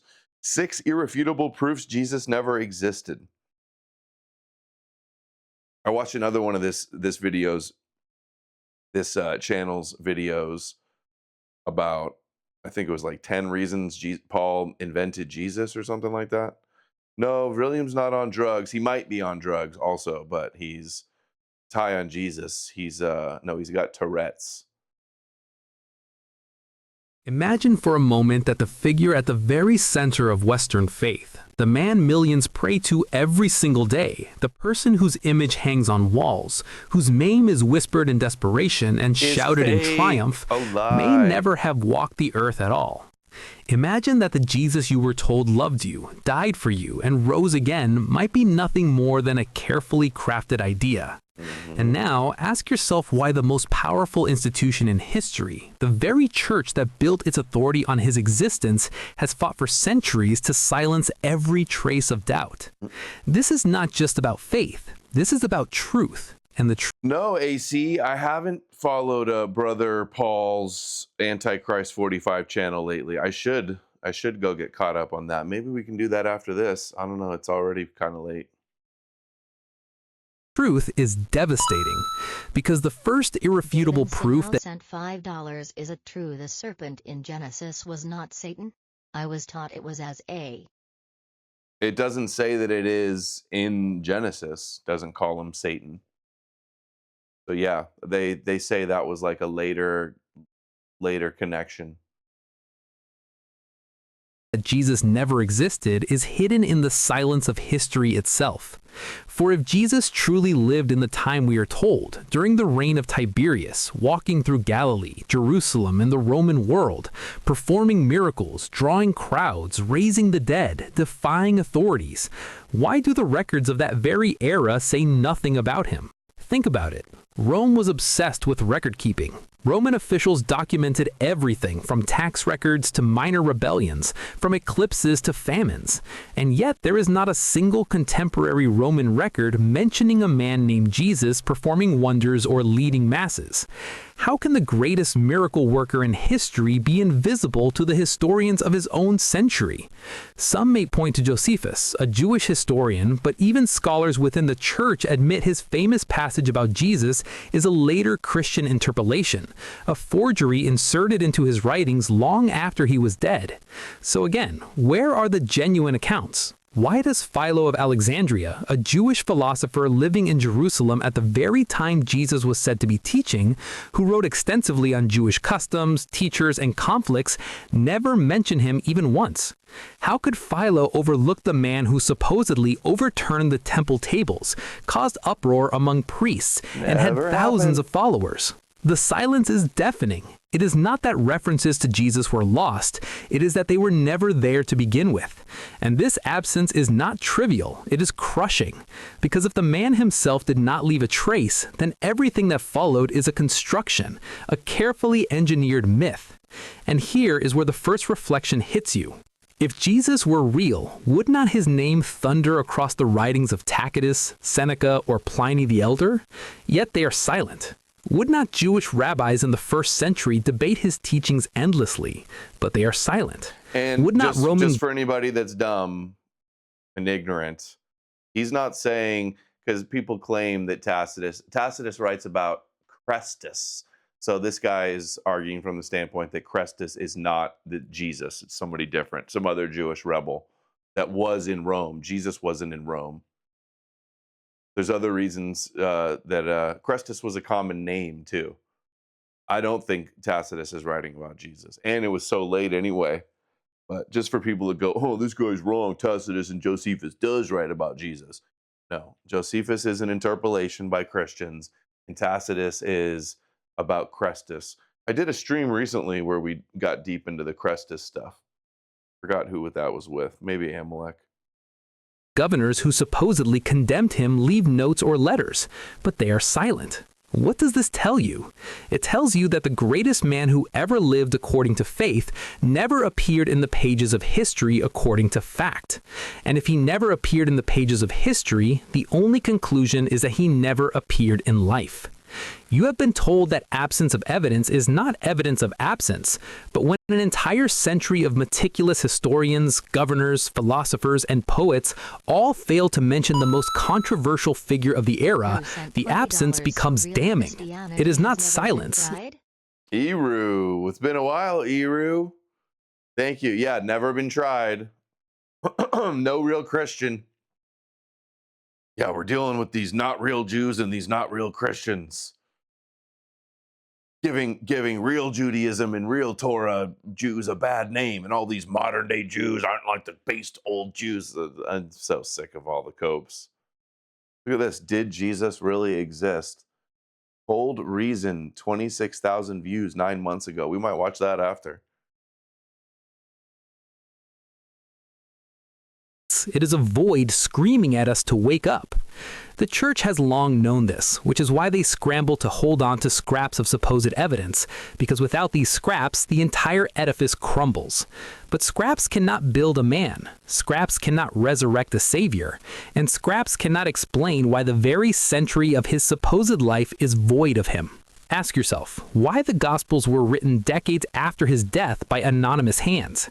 Ask why no eyewitness left us a single letter, a single carving, a single word. The answer is brutal. There was no Jesus to witness. The myth was written later to give hope, to give control, to give Rome and the church the weapon of faith. And now you see how the silence of history itself is proof number one, the first pillar that collapses the illusion. And once you understand this silence, you begin to see that everything else built on it cannot stand. Because if the foundation is missing, the house falls.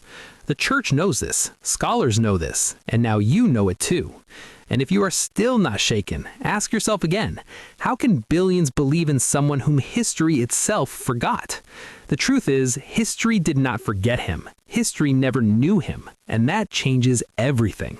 This is the first irrefutable proof, the silence of history, and it is only the beginning. Because once you open this door, 5 more crushing proofs wait behind it, and each one is more devastating than the last. The second irrefutable proof that Jesus never existed lies in the undeniable fact that his story is not original.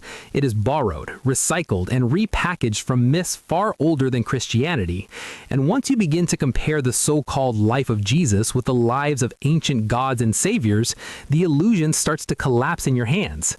Because here is the shocking reality. Long before the Gospels were ever written, cultures from Egypt, Greece, Rome, and Mesopotamia had savior figures who were born of virgins, who performed miracles, who were betrayed, killed, and resurrected. Because not only does Jesus share the traits of pagan gods, he contradicts himself within his own story. And this brings us to proof number 3, the contradictions and impossibilities in the Gospels themselves. Because if Jesus truly lived, his story should be coherent, but instead it reads like 4 different plays struggling to tell the same tale. Matthew and Luke cannot even agree on his genealogy. One traces him through David one way, the other way, and yet both call him the Son of God. Parables never describes a virgin birth, never speaks of an and that is proof number 4. Jesus never lived. He was always a figure of faith and imagination, never of flesh and blood. And once you understand this, you see why the Gospels had to be written decades later, because without them, Christianity would collapse under the weight of Paul's silence. And here is the disturbing reflection. If the first missionary of the faith never quoted the words of Jesus, perhaps there were no words to quote. If the first evangelist never described his miracles, perhaps there were no miracles to describe. And if the first preacher never defended a historical man, perhaps there was no man to defend. And if you feel the ground shaking under your beliefs, it is because you are finally seeing how fragile this story has always been. Paul did not know a man. Paul invented a Christ, and from that invention, the entire religion was born. Proof number 4 destroys the idea of an earthly Jesus. The 5th irrefutable proof that Jesus never existed comes from the very sources Christians desperately cling to as external evidence, the writings of historians like Josephus and Tacitus. Yet once you strip away the layers of church editing, interpolation, and outright forgery, what remains is silence. Let us begin with Josephus, the 1st century Jewish historian who wrote extensively about Jewish life, rebellions, and teachers of his time. In his works, we find the so-called Testimonium Flavanum, a brief passage that appears to mention Jesus, but every serious scholar knows this passage is a fraud, inserted by later Christian scribes because it reads like a confession of faith, saying he was the Christ. He rose again and he performed miracles. Do you honestly believe a devout Jew like Josephus would write those words? Impossible. The language is Christian, not Jewish, and the earliest manuscripts show variations that prove the passage was tampered with. Even church fathers admitted it looked suspicious. And apart from this forgery, Josephus is silent. So the great Jewish historian living in the very land of Jesus, recording minor preachers and rebels, never truly mentioned him. What about Tacitus, the Roman historian? Yes, he mentions that Christians were persecuted under Nero and refers to their founder being executed under Pontius Pilate, but this too is suspect. Tacitus wrote in the early 2nd century, not from eyewitness accounts, but from what Christians themselves were already claiming, and the manuscript tradition shows clear Christian hands in preserving and shaping the text. Furthermore, Tacitus gets details wrong, calling Pilate a procurator when he was in fact a prefect, showing that Tacitus was not reporting history but repeating rumor. And then there is Suetonius, who writes of disturbances caused by someone named Chrestus in Rome, but Chrestus was a common slave name, and scholars admit this has nothing to do with Jesus, yet apologists still grasp at it.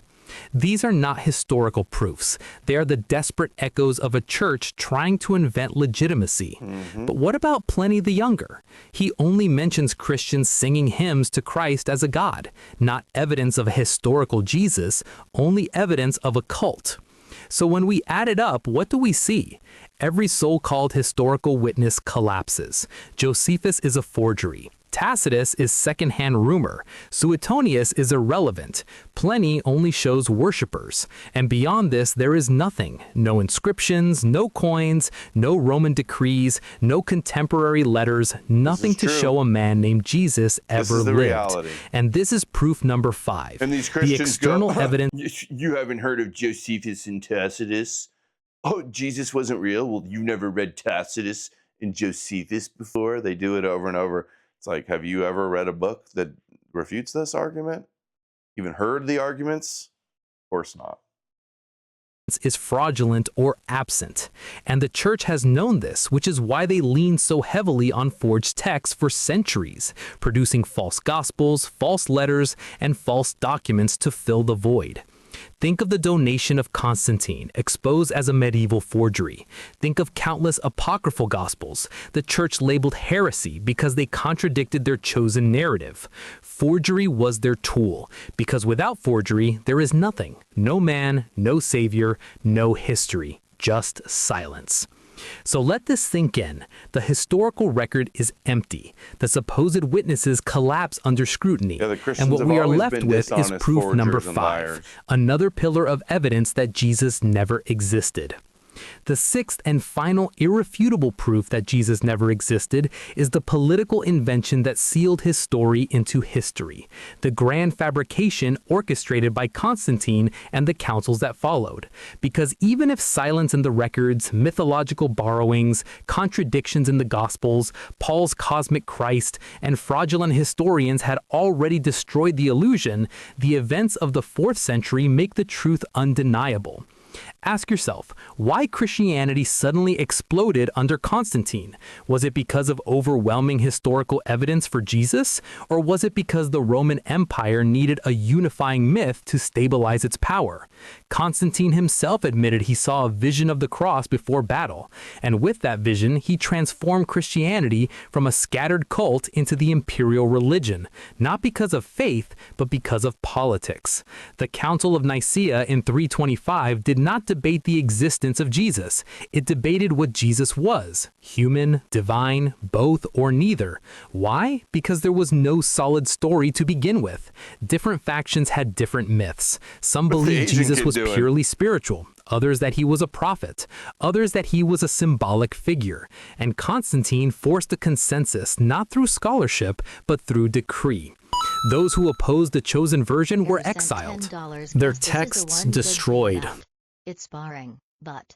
And if you're not calm when you examine religion, you're going to miss important details to make a solid. True. Yeah, fear clouds people's judgment.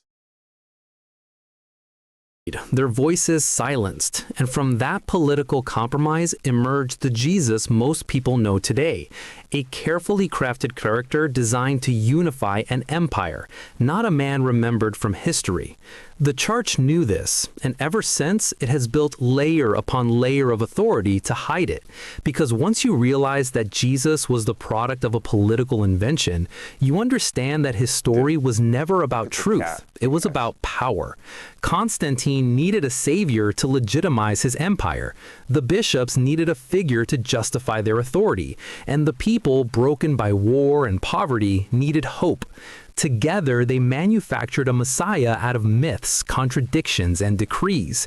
And from that moment, the illusion hardened, carried through centuries of ritual, painting, song, and law. But at its core, the story remained empty. Here is the devastating reflection. The Jesus you know was never born in Bethlehem, never preached on a mountain, never carried a cross. He was born in council halls, preached through decrees, and carried by emperors. And if you feel the weight of this revelation pressing on your chest, it is because you are finally seeing the truth. It's an AI voice, I think. Okay, let's do this one. Did Jesus really exist?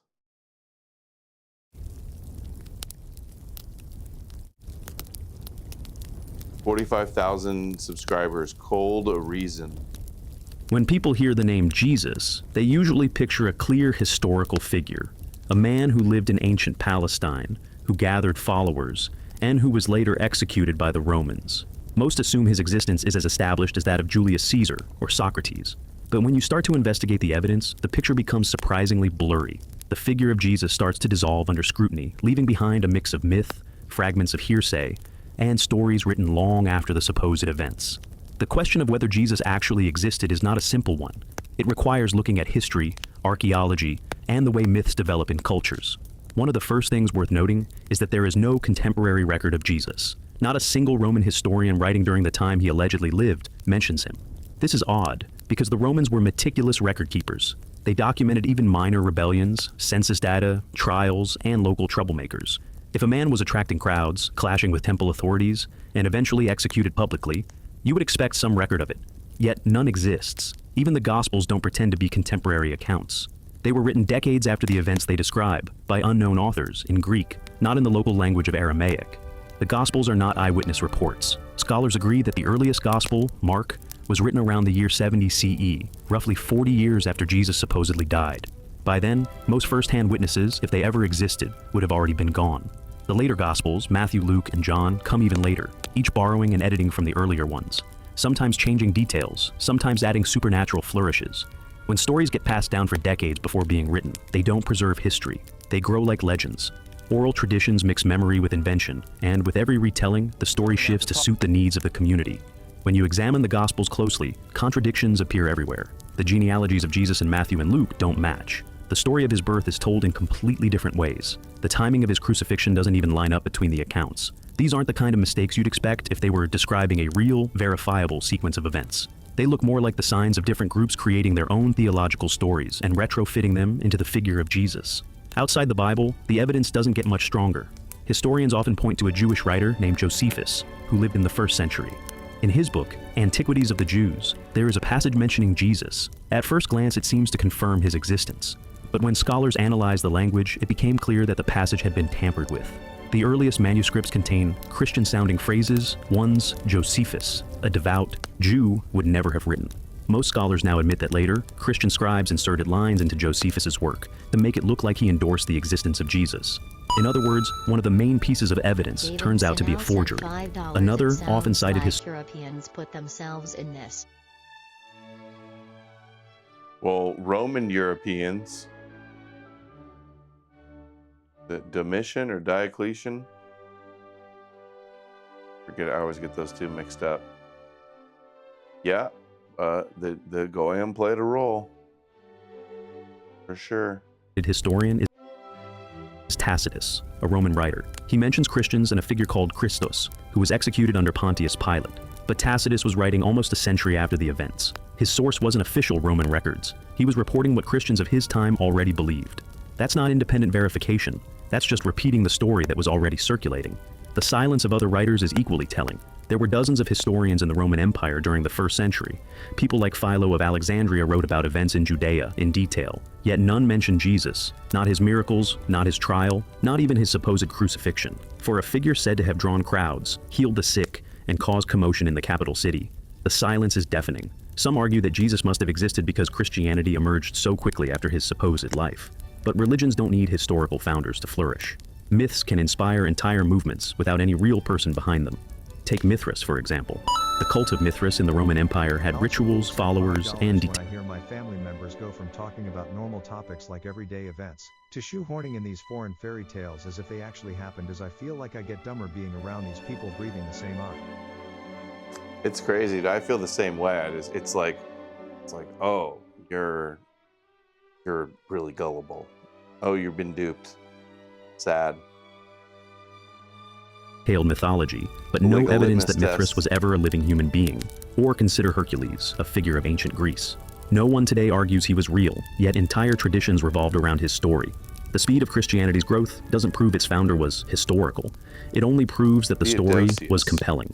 Another angle worth examining is how Jesus fits into a broader pattern of dying and rising gods that were common in the ancient Mediterranean world. Long before Christianity, myths existed about Osiris in Egypt, Dionysus in Greece, and Attis in Asia Minor. These figures shared themes of death, rebirth, and salvation. The parallels are striking. A divine figure suffers, descends into death, and returns in glory, bringing hope of immortality to his followers. I'm not liking When you this place video. Jesus in this cultural context, shaped Roman identity for centuries. Yet no historian today treats came so deeply embedded that questioning it, cultural myth mistaken for a biography, depended not on proving Jesus' existence, but on enforcing belief. As the church grew in power, questioning the historicity of Jesus became dangerous. Heretics were silenced, dissenters punished. Over time, the idea of Jesus as a real man became unquestionable dogma, reinforced by centuries of art, ritual, and authority. But dogma is not evidence. It still is a dogma. Repetition. Look at the treatment that Richard Carey gets, or I get, saying Jesus is a myth. The blacklisting and the slander and the gatekeeping that we see now, imagine how it was when the church had more authority throughout the last 1700 years. All the suppression of that. Does not transform myth into history. Like, I was thinking, how long have the Christians been suppressing opposition to Jews by saying anybody that doesn't believe in the Bible is Jewish? How long have they been defending the Jesus lie by slandering anybody that says Jesus is a Jewish myth as Jewish? Continues to highlight the silence. Despite enormous effort, no physical trace of Jesus has been found. Nazareth, his supposed hometown, leaves no evidence of being a significant settlement at the time. The tombs and relics paraded through the Middle Ages were fakes, designed to attract pilgrims and money. The Shroud of Turin, often touted as proof, has been tested and shown to be a medieval forgery. For all the billions who have believed, there is still not a single piece of material evidence tying Jesus to history. None. When you weigh the evidence, or rather, the lack of it, the conclusion becomes clear. The Jesus of the Gospels looks less like a remembered teacher and more like a mythological savior figure. The silence of contemporary history, the contradictions in the texts, the parallels with earlier myths, the late and unreliable sources, all point in the same direction. The simplest explanation is that Jesus did not exist as a historical person. And yet, the story endures. Because in the end, the power of belief does not come from evidence. It comes from the human need for meaning, hope, and identity. People believe because the story fills a void. It answers questions about life, death, and suffering that rational explanations leave open. Myths survive not because they are true, but because they are useful. This raises a larger truth about religion itself. It thrives not on facts, but on narratives. Narratives don't need to be real to be effective. They only need to be compelling enough to be passed on, believed, and defended. The Jesus story has all the qualities of a successful narrative. It is emotionally powerful. It offers hope.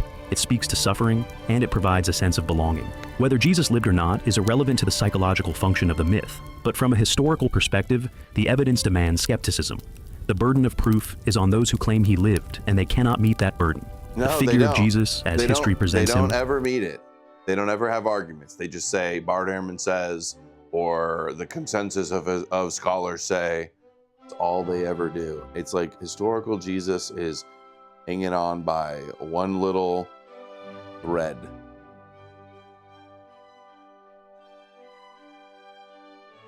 I don't know how they're going to keep getting away with it forever. Dissolves under the weight of scrutiny. What remains is a story, built by communities, shaped by culture, and sustained by faith. For some, this realization may feel unsettling.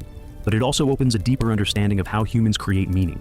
It shows how myths can shape history without being historical. It reveals how belief can transform imagination into certainty. And it demonstrates how the power of stories can move civilizations, even when those stories are not grounded in reality.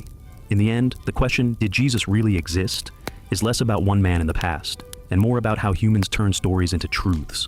The evidence points to myth, not history. And in recognizing that, we gain not only a clearer picture of the past, but also a sharper understanding of the forces that continue to shape belief today. Not very good. Dude, these AI slot videos are not that good. Christopher Hitchens and movie critics on Passion of the Christ. This was in my watch later too. I did a show on Mel Gibson and Passion of the Christ and his new movie coming out a couple chill late night streams ago. And I had this in the watch later too. Just wanted to see a little about of the this. controversies surrounding the film and about the film. Two writers and two film critics from Fort Lauderdale. John Meacham of Newsweek, his February 16th cover story, Who Really Killed Jesus, offers analysis to that question. From Washington, Christopher Hitchens of Vanity Fair. Joining me here in New York, David Denby of The New Yorker and David Sterrett of the Christian Science Monitor. Here is The New Yorker, is Passion Dangerous, David Denby, Who Really Killed Jesus, What History Teaches Us, The Storm of a Mel Gibson's A Passion, John Meacham, and Vanity Fair here, Passion Play, Mel Gibson's Bloody Gospel. John Meacham, how much of this would characterize this film for me in terms of the reality of the events of those 12 hours? What Gibson has done is relied on very literal readings of the New Testament text to depict the last 12 hours. The New Testament texts are not historically accurate documents necessarily. So what's happened here is you have a lot of characterizations and a sequence of events that might make dramatic sense, but which don't necessarily make a great deal of historical sense. The chief example is where the Jewish mob is seen chanting and forcing Pilate into doing something that Pilate apparently doesn't want to do, which is quite ahistorical given everything we know about Pontius Pilate's 10-year reign in Judea. Christopher, tell me about Mel Gibson and where he's coming from in doing this. Well, Mel Gibson has made it easy for us in this speculation. He's a member of a wacko schismatic sect that rejects the authority of the Pope and specifically rejects the findings of the Second Vatican Council, one of the most important of which was the lifting, after centuries, of the condemnation of the Jewish people for what was once called deicide, for the murder of Christ. His father is never happier than when talking about the absence of any evidence for the Holocaust, shall I put it. And Mel Gibson repeatedly says that his father has never told him a lie. And when asked who his sources for the film are, Mr. Gibson doesn't just mention the Gospels. He mentions a 19th century German nun, Anne Catherine Emmerich, whose evidence against the Jewish people was that they used Christian blood, the blood of Christian babies to be exact, to make matzahs at Passover time. The film is incidentally set at Passover time. I think most people will be proof against the nastiness and stupidity of this film. I don't think it will be anti-Semitic in effect, because I think it's boring and it's sadistic and it's lurid in equal measure, but I think it is quite definitely fascistic in intention and fascistic in its aesthetic. Torture porn. I hope that no one... They love their Jesus torture porn. Very, very powerful on the William Sheep brain. Watching this spends their own money to go and see the film. Because of what you just said, because it's fascistic and because... It is intended as, and I think will fail as, an incitement. And it is intended as a piece of biblical literalism that actually is a parody even of the most contradictory and self-contradictory bits of the Gospels. St. John doesn't agree with St. Matthew. Absurd events are supposed to occur according to the Gospels, such as the opening of all the graves in Jerusalem and dead people walking around. Not even Gibson puts that in, but he does put in a satanic succubus in the Garden of Gethsemane, for which there's no biblical authority. There's a repeated appearance of a sort of demonic, superstitious, sorcery-like figure. This is all part of Gibson's fevered imagination. And he does make it seem throughout as if Pontius Pilate is a humanitarian who is a mere serf in a Jewish empire. And actually, the Emperor Tiberius got rid of Pontius Pilate, among other things, for his brutality towards the Jews, which was considered excessive. So this is a simple-minded, claims to be literal-minded, is in fact a falsification and a fascistic one, and an incitement, I think, also to sadomasochism in the less attractive sense of that word. Okay, before I come to this table in New York, John, having listened to that, you agree with that take from Christopher? Or disagree in what sense? Well, this is the line between theology and history. Gibson has made a theological document, an evangelical document, he hopes, by drawing on all the sources that Christopher mentioned. But what he's for what purpose? What purpose beyond making a movie on a subject that interests him? Well, he said that the Holy Ghost helped direct this. So he clearly believes he's on a mission. Now, if this is a mission of conversion, I don't think it's going to work, because I think that non-believers coming to this will have very little sense of why this is happening to Jesus of Nazareth. There's not a lot of dramatic context about Jesus' mission, about his ministry, and about the essential story of Christianity, which is that the love of a father for a son redeem the sins of the world. I think people are going to walk out of these theaters thinking that a very angry priestly caste forced the image of Roman justice, Pontius Pilate, who has a beautiful wife who brings the Blessed Virgin towels with which to wash up her son's blood, which is, again, ahistorical. The New Testament is not an ancient Middle Eastern Associated Press report about this happened at this hour and this happened at that hour. And if we read them that way, we fall into very, very dangerous territory. All right, David Denby. I hate it. Moderates not speaking up against this. I have a Buddhist friend who feels uncomfortable talking about other people's religion, but I've explained to him how Christianity is not a European religion and Christ isn't a hippie relic. Yeah, the Christians, the non-Christian Christian sympathizers, you moderates, as you call them, not willing to call this out, huge problem. That, in fact, that's who I think needs the most pressure put on them. This movie, and what you're watching here, after some preliminaries, is a movie about the torture to death of a young, handsome, strapping young man who is, cannot fight back, will not fight back, of course. And I just don't see how there's much spiritual meaning here in what is, in effect, a 2-hour snuff film. Now, did Jesus suffer on the cross? Of course. The last 12 hours of his life were unbelievably horrible. But what we're talking about here is, how do you represent that? Christian artists have been wrestling with this issue for 1,000 years. And most of them, not all, but most of them have emphasized not the physical destruction of Christ, but the spiritual meaning of the central path. If you look at the great line of Renaissance artists, with some exceptions, the body is relatively unmarked. Here's the proof that Gibson is crazy. He told his cinematographer, Caleb Deschanel, who does a fantastic job, that he wanted the movie to look like Caravaggio's paintings. Okay, so one looks up Caravaggio, and what do you find? That he did a flagellation scene, and in the Caravaggio's flagellation scene, the body is virtually unmarked. Why? Because Caravaggio, as well as all these people, including Goya, who was afraid of nothing, did all these pictures of dismemberment. When he did his genre picture of the crucifixion, the body is relatively unmarked. They knew, they didn't use words like sadism and masochism, but they knew about such emotions. In other words, that there was a dangerous fascination in seeing this integration of a body that was very different from any spiritual meaning that you could take out of it. They did not want to go there because they did not want to escape the spiritual meaning. They didn't want to. Yes, what they emphasized was Jesus' sacrifice and then the transfiguration, back into Godhead, because they knew the dangers of fascination with the purely destructive. What you've got here is one of the most gruesome movies ever put on the screen. I mean, horror movies like this that kids go to on Friday night in the spirit of play, and they know it's completely stylized and they don't take it seriously. This is done with a kind of grim, relentless realism. He's flogged and flayed for 10 or 12 minutes at a time in close-up, in slow motion, with all the resources, of cinema, including the music that you heard in the clip behind it. And I'll be damned, literally, I suppose, if there's any spiritual meaning in that. You're undermining my call for a boycott, I'm afraid, Mr. Denby. I was hoping to keep people away, and now you're encouraging all the sickos to flock into the movie. But you're quite right in what you say. I mean, it's very strange to me that Mel Gibson, who's also spent a lot of his time making very vulgar and persecuting remarks about homosexuals, would appear to want to make a movie that's an appeal to the gay Christian sadomasochistic niche market. But I don't pretend to understand the real mind of this guy. Gay Christian sadomasochistic niche market? Think that's where he is. I should say, in case I was misunderstood the first time, I don't think it is for Jews, in other words, to be condemning the movie. It's for Christians to say, this is not what our faith means to us. That it isn't supposed to be. Well, that's delusional, because Christians certainly did not condemn the movie. It's the biggest movie ever. An incitement of unreason. Christians. Well, at least let's hope that they would want to say that. John? Well, as a not particularly successful Christian, let me say that. And in the event people don't follow the Hitchens boycott idea, there are two very important points I think should be made. One is that the use of Aramaic and Latin makes the movie unfold at a kind of documentary remove that I think confers a deceptive kind of authority on what's going on. It puts Gibson in the position of interpreter and translator of the most important story in Western history. And I think people should be careful there. And leaving aside the violence for a second, I think it's very, very important to remember that the Jews are not to blame for the death of Jesus. The Roman Empire executed Jesus of Nazareth on a charge of sedition.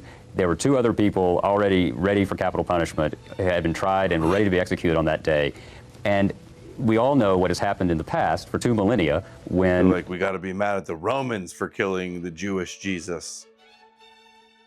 People have This is what blamed... Bart Ehrman says, too. All these Christians want to cite Bart Ehrman as their authority. They say he was a Jew, a rabbi who never claimed to be God and was killed by the Romans for being like a Jewish rebel. That's what he says. That's your expert that you want to cite. The Jewish people disproportionately for what happened in the year 30 AD.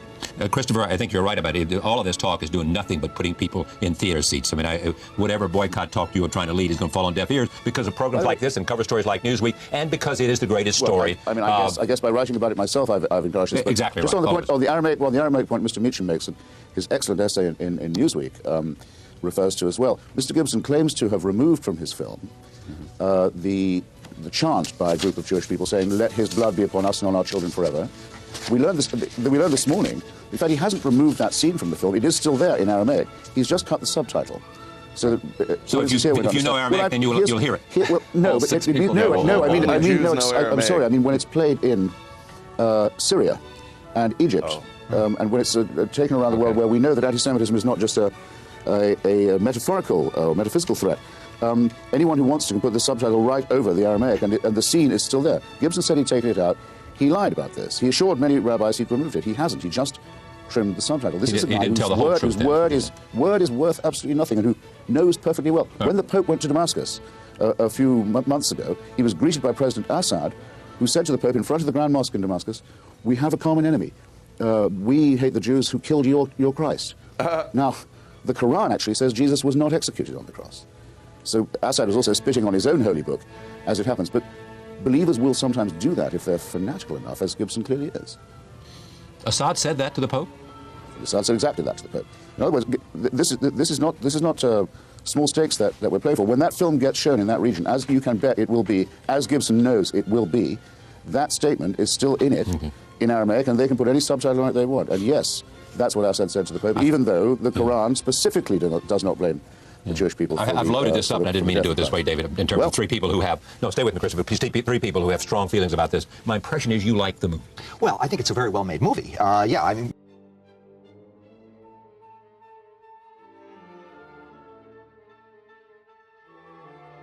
Did the president of Syria, Assad, tell the Pope that something about they had the same enemy, the people that killed Jesus?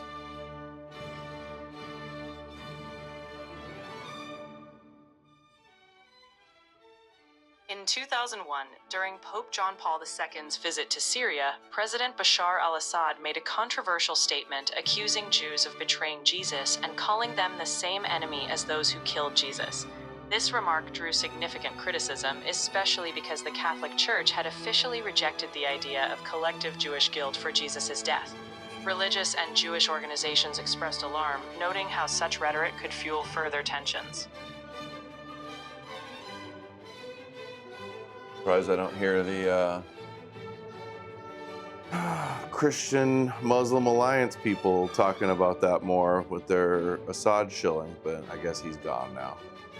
I mean, Mel Gibson is a good movie director. He's shown that before.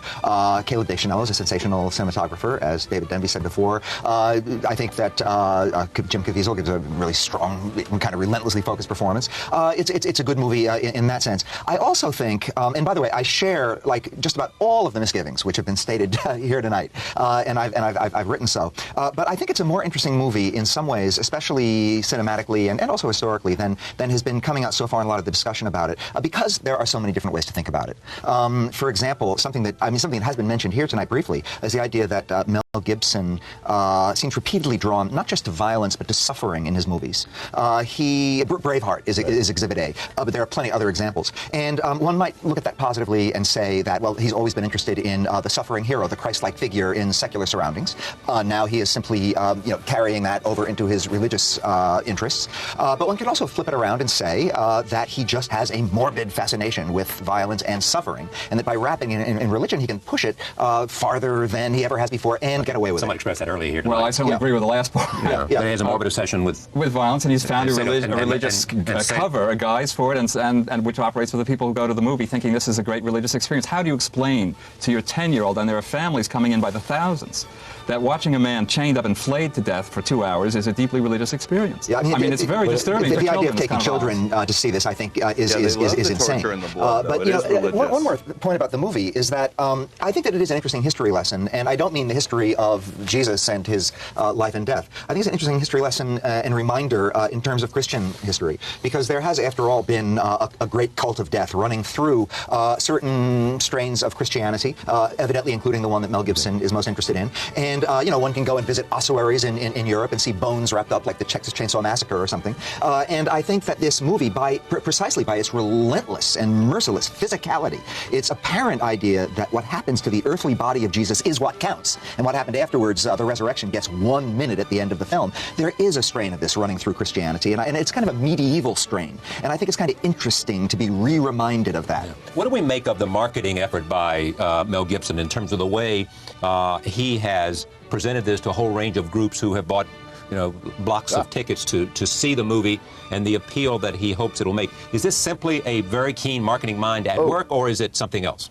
I was driving through Tennessee. I was driving through Tennessee this morning, and all the radio stations were tuned to this subject. And they had an interview with Gibson that, like, apparently, it's being relayed everywhere, where he says, "This is the end of my career. I'll never work again. I've been so brave. Is this the Died Story interview or something else? I've martyred myself. It's a career-ending thing." They said, "Well, how can you say that?" And he said, "Well, you know what Hollywood's like." And by the way, if people don't understand what he's implying there, they should. He in fact, was able to build very cleverly a publicity strategy of upsetting and alarming the Jewish community, and then inviting to prepared screenings only groups of extreme conservative Christian and some Jewish fundamentalists, and preventing people like myself, it took me ages to get hold of a pirate copy of the film.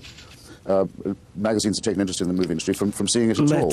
It's a very, very cynical strategy, designed for profit, and crowned by his self-pityingly saying it'll put him out of business, but he doesn't care because he's doing it all for Jesus. Evidently he wants to feel pain. I think it's about time that he did. I certainly agree with that, but I must say that I think the claim that he might suffer in Hollywood is absolutely preposterous. And just for one exhibit, I would point to Martin Scorsese. The Last Temptation of Christ outraged a lot more people, a lot more, I think, than this movie is doing, for different reasons, for kind of opposite reasons. It didn't slow down Martin Scorsese. It certainly didn't slow down Willem Dafoe, who played Jesus in that movie. Of course, these are not major Hollywood players like Mel Gibson. They're people who operate sort of alongside the system, but they're still very much reliant on that system, and they've stayed there. But I think on the marketing question, there's clearly an alliance of literalists, whether it's the very traditionalist out of the mainstream Catholic or many, many evangelical Protestants. And I think what's happening to some extent is there are millions and millions of Americans who believe that this is the way the story happened. And what they found is Gibson, a global celebrity, an Oscar winner, a representative of a mainstream culture, that entertainment culture that they think is essentially hostile to Christianity. How often do we talk about violence in other movies, would be their response to a lot of this. They find in Gibson a kind of validation and promulgation of their faith. What do you make, John, about his father, and Christopher touched on that, and his father and the Holocaust, and his father and Vatican II, and which absolved the Jews of any... Well, it's deeply troubling. Gibson has not addressed in any forum that I've seen this very closely. My sense is that Vatican II continued an important tradition of trying to get away from this. The Council of Trent took this up 400 years ago and tried to help a little bit. So I think that it's just such explosive territory to wander into. I think all this is, what's just been said is fascinating. What's most important is what's on the screen. Crucifixion was a political weapon used by the Romans. It was a way of slowly torturing someone to death. It was intended to deter and by slowly destroying the body. Now, what Gibson has done is, in effect, given the Romans their triumph by returning the spectacle totally to the destruction of a body and leaving the spiritual meaning out. There are brief flashbacks to the Sermon on the Mount and to the Last Supper. They have no resonance whatsoever. I don't agree that Jim Caviezel works well in those scenes. It's in Aramaic. Playing Christ. Yes, I don't think he has any power. It's distance. Jesus' words are distanced from us by having to read them in subtitles, so that Mel Gibson, the visual artist, becomes the hero of the occasion, not Jesus, the teacher and sage. In other words, you see what I'm saying? He's given the Romans their triumph by turning it back into a spectacle of degradation and torture. John. What I just want to say, what I was saying is that Gibson has not run through every tenet of his faith, which Vatican II Council, which provision he rejects and which he accepts. And I think it's very interesting that the United States Conference of Catholic Bishops has issued pastoral guidelines about how believers should dramatize the Passion.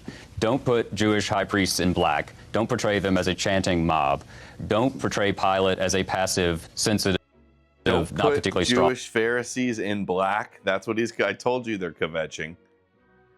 Ruler, almost every one of which Gibson violates, and that's church instruction.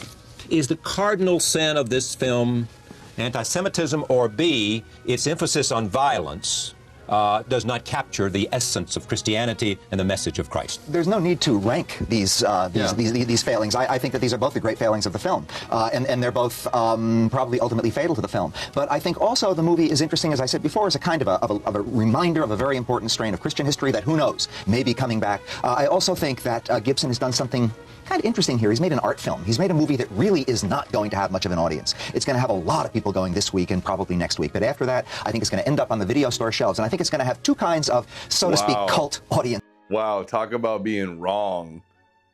Talk about getting it completely wrong. Over the years. It's going to have a certain kind of religious believer that's going to want to watch this stuff and maybe watch it over and over. And it's going to have the kind of kids and eccentrics who collect and savor the faces of death and Mondo movie, horror flick kind of imagery, because it really does have that kind of ugliness to it. But I think that Gibson has, in that sense, put himself on the line. He spent a lot of money on a movie that I think over the years is really going to have a very limited following. Thank you very much, David. Thank you, David. Christopher, thank you. It's good to have you here. Oh, there. Well, John Meacham, you have to go catch a plane. Thank you very much for joining. You're an idiot. Thanks, Charlie. We'll be right back. We shouldn't listen to your predictions. All right. I never watched Lady Babylon, but this headline's got me interested. He's so weird, I'm only going to be able to handle a few minutes of it, I bet. But Kurt Metzger's deliverance on Danny Jones. Wonder what that means. Let's put it all together.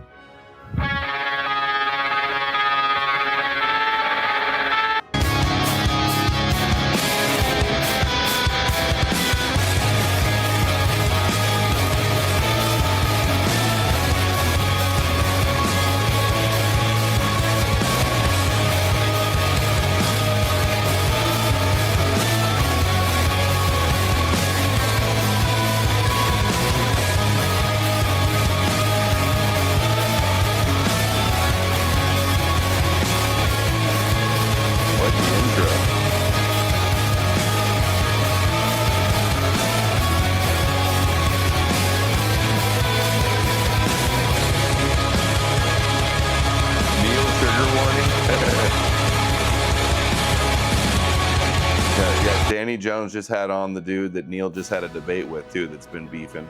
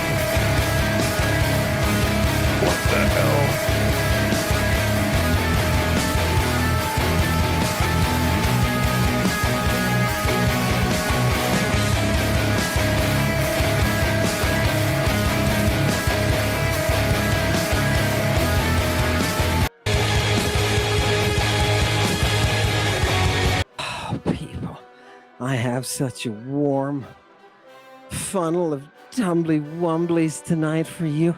I want you to rub them all over your giblies, you know what I mean? This is Alvin Hillman. He's a total weirdo. This whip tonight. Total weirdo. The guy obsessed with the idea that Jesus was a pedophile with a boy in the garden doing some like purple drugs. Human trafficker, man. He's a human trafficker. is gonna get some use. This whip tonight. Now we're not gonna have any hors d'oeuvres. No. The devil says we just have one big. What does he say Like, about Danny right. Jones? Okay, so there's a 13th symbol of astrology, which is Apollo. Chewy. That was the wrong. Oh God, that was the wrong. You know what? Let's just start with 245. 245, Chewy. Let's start. No, people, I'm so bamboozled by that. That's amazing. How did my notes get fucked? I'm sorry, people. I had this all laid out. You sure 256? Kid, and they use you as the altar. That means they fucked on top of him and shit on. That means the most foul shit you could imagine happened to Diddy from his mom with some Caribbean evil fucking shit. Oh my God. Not to mention incest, etc. Okay, yeah, the cult of Bacchus. They were a real problem in Rome. So why would Carl Jung want us to get back to that? That's very strange. That seems odd. Okay, just stop it for a minute, Chewy. They were a real problem in Rome. And from that, you're going to get a picture of everything. The Bacchanalia. Oh, it looks like you internet sleuths have managed to put together a picture of bullshit. Bullshit. Listen to me, Metzger, you fucking pussy. Your whole goddamn art is based in Bacchus. The theater, you fucking tard, is where you perform. You're a comedian. What kind of word do you think that is? The God, Greek? people. It feels so good. Who would you expect? Yeah, Metzger's just being anti-pagan, Who would you expect a person like this to be coming up with misinformation from? Chewy? Yeah, dude. Metzger's a disinfo machine. Let's go to Insurrection Alley 233.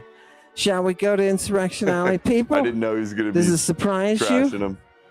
By the way, the person who's speaking, this person Metzger, works with Joe Rogan to facilitate. They have facilitated. They alone have facilitated the rise of Hitler himself, the child rapist. Trump? The child rapist. How about that, supporting the child rapist? People, you're going to see what he says about me in a minute. Oh. You're going to see. Realize he's doing it from the stance of somebody. Because Metzger's friends with Neil.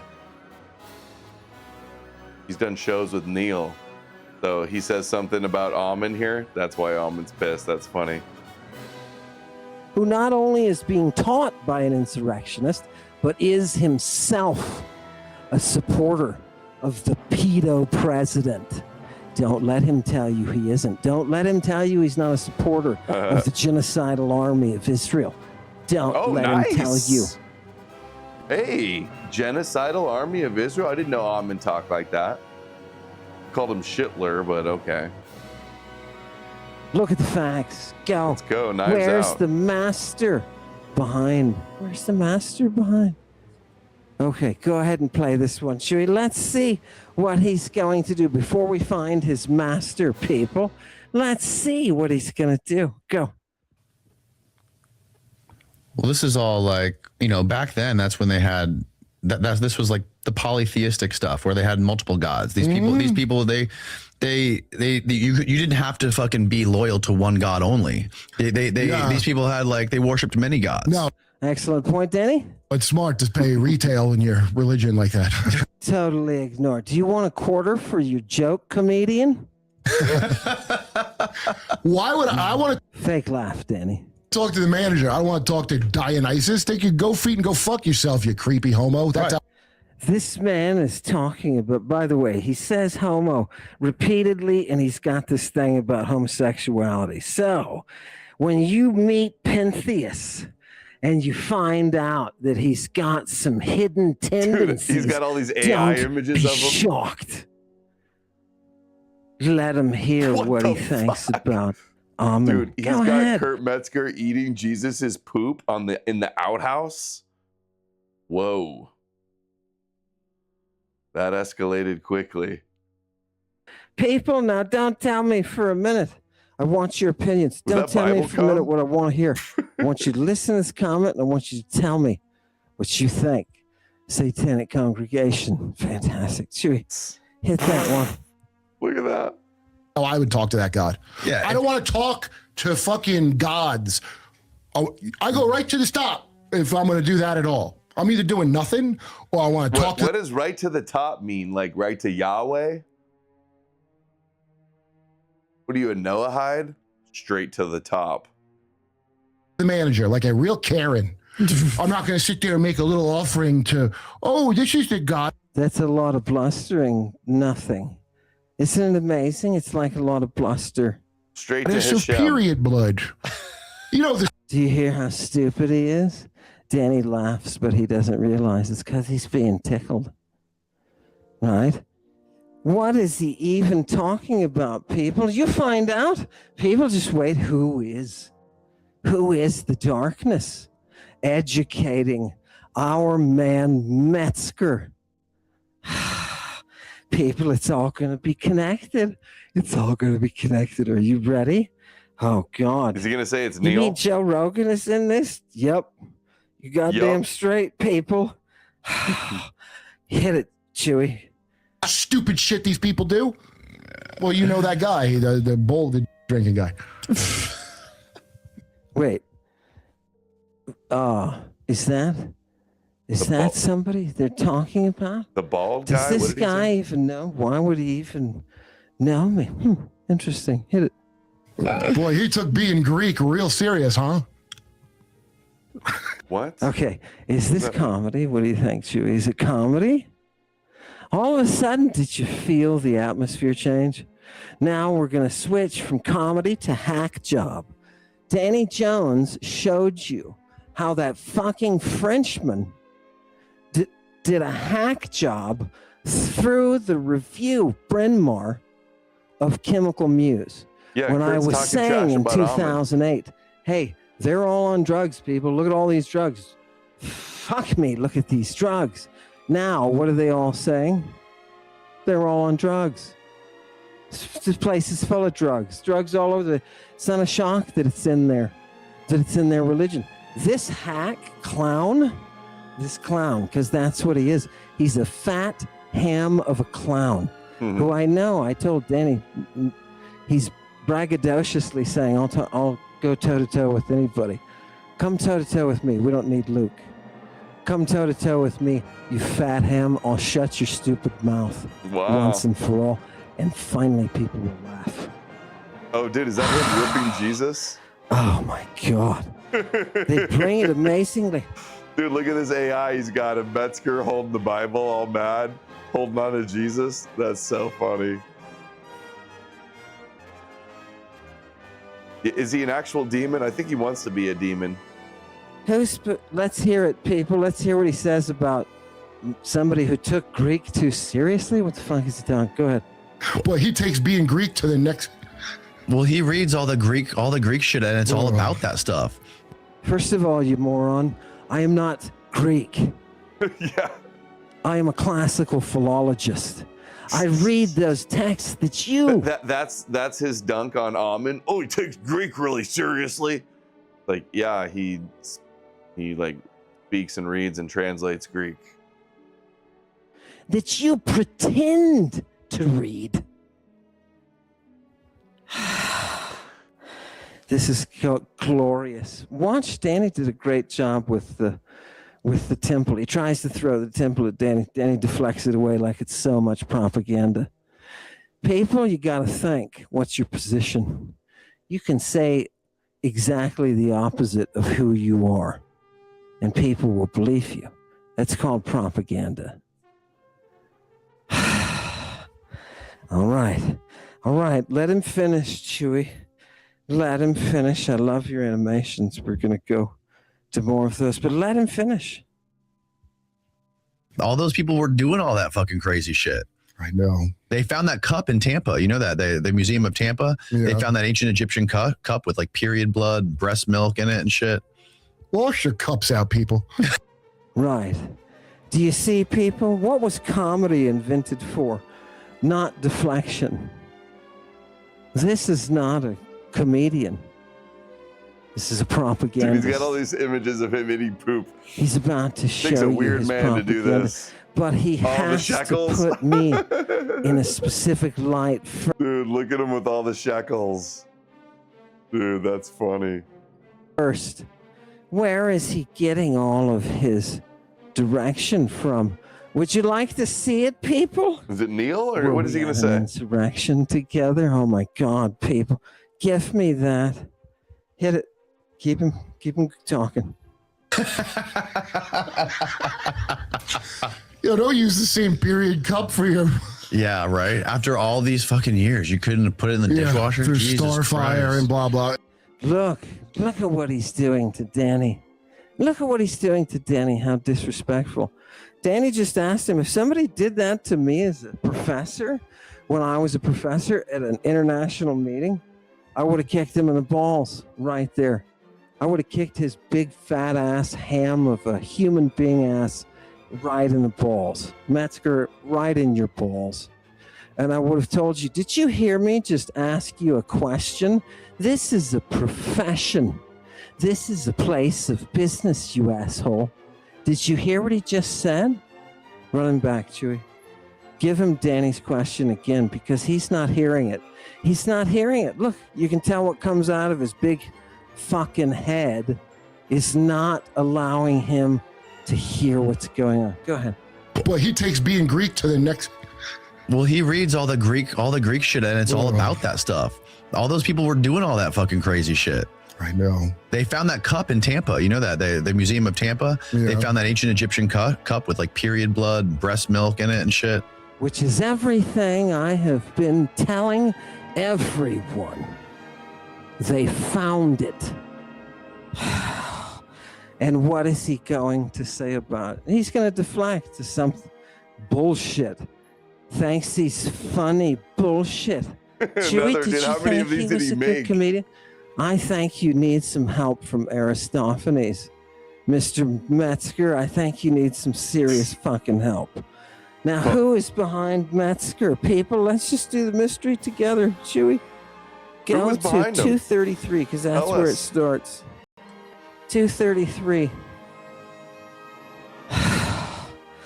People. Try our team for 7 days. Oh, fuck that guy and whatever it is that he's selling. Dude, get brave, bro. You notice that we got brave. No more commercials. Grandma, get yourself a drink. I love the kitchen background. The flag once in my life. Thank you, Jehovah's Witnesses. I've never taken a blood oath to this fucking satanic flag that you. What a scum! I hope You know people the wake Star up. Spangled Banner is based on Satanic flag. Do you think this guy knows anything about the history of Satan? No, he knows just as much as the ignorant modern What Satanists. kind of Duganist, like, the satanic America, the satanic flag. So now the Stars and Stripes is satanic? What are you talking about? Then the head of the Templars, they know exactly the same, which is zero. He's going to talk about texts that he's never read, and I'm going to show you, people. I'm going to show you the ignorance. This is a show. This is a show. Who's Show behind us. it? Let's see, Chewy. Go ahead. Come on, Chewy. This is a satanic Dionysian ode. I did not know that. It's Neil, another one Neil's taught me about. Oh yeah, Neil's a fucking dude. Turning Point Sam Tripoli has done some fine. This think tank. So All right, this is a think tank for the butterflies, right? Think tank. Oh my God, they did what? Right, people? Hey, I got news for you. I got news for you, Mr. Metzger. Oh, now he's got Neil. Yeah, unless you're looking. Hold on. Oh my God, they did what? Right, people. He's got Metzger. I gotta send this to Neil. He's got Metzger kissing Neil in poop. 2 podcasters, 1 cup. What did he say? Sam Tripoli What did he say? A think tank? Yep. For an insurrection, I don't think you're going to find any sort of help because the shekels. He made Neil with shekels. Oh, him and Neil have been beefing for a while. They used to be friends, and Neil like didn't agree with all of his Amon's theories, and now he's been attacking Neil. This dude who is advising you in classics is not actually a classicist. Let's see. Mr. Metzger, he couldn't make it through the 4th unit of Greek, so of a 20-unit Greek text. So I'm not concerned. But look here, people. This is how they sell it. Look at this guy, Giorgiani. Look at this guy. Oh, God, people, I've got a story for you about this. But first, let's see the lies. Go ahead, Dewey. Philosophy begins by framing. Giorgiani tweeted today. I had to retweet and call him out finally. I've seen enough. He said that the Nordic aliens are using Spielberg to do their disclosure psyop. Yeah, Neil debunked some of his stuff, and now he's just been seething and hates him forever. Itself against 2 different modalities of against What do you? Let's start there, and we'll get into Plato later on. So look, philosophy, as you know well, being a classicist. Okay, philosophy, as you know well, being a classicist. People, I want to give you the roots now. I'm about to pound in the roots for you and Metzger to all put together at the same time. Neil, your instructor, who failed out of my Greek course, that guy was constantly trying to get me to talk to Giorgiani. I said, give me some of his work. Work. Here we go. Prometheus. I knew within about 10 minutes of listening to Giorgiani, he doesn't do the original. Okay, which is fine if you want to play with the literature department or something. If you're going to do classical philology and pretend that you know classics or you know Greek, that you have some kind of intimate relationship with Mother Greek, you better be able to read this. He can't. So I reported back to Neil because I was infiltrating, right? I reported back to Neil and said, hey, buddy, your guy is full of shite. He's full of shite. It's not a good source. Now, people, you see what happened? Things blew up, and the next thing you know, some attorney, Neil is playing recordings, laughing his ass off about some attorney out in Los Angeles, a former DA. What the hell does a former DA have to do with old Amon? What does a former DA have to do? MAGA. Oh, you put a MAGA hat mystery, on, Neil. people. Come on. It gets more tangled. You musicians out there, hold on. There's going to be a twist. There's going to be a twist. Isn't this fun, people? Look. Oh, God. Right? Is it true about his wife? Is he playing a character or he acts like this? I thought he was on drugs. The tattoos on the head and stuff. Neil said he did, like, he doesn't know that he's on drugs. He's just really weird. I don't know if this is an act or this is how he always acts like this, or this is for the camera or what, but he's definitely very weird. I can't handle too much of it. I'm almost done. I'm ready to go to sleep. People, I can't help the mojo. I cannot help it. It's distinctly overwhelming. I'm just staying for the AIs. Sometimes it even causes the AIs at this spontaneous point. orgasm. And I can't stop it. You just have to go off. Do you understand? Enjoy yourselves. God, people. Chewy, let's go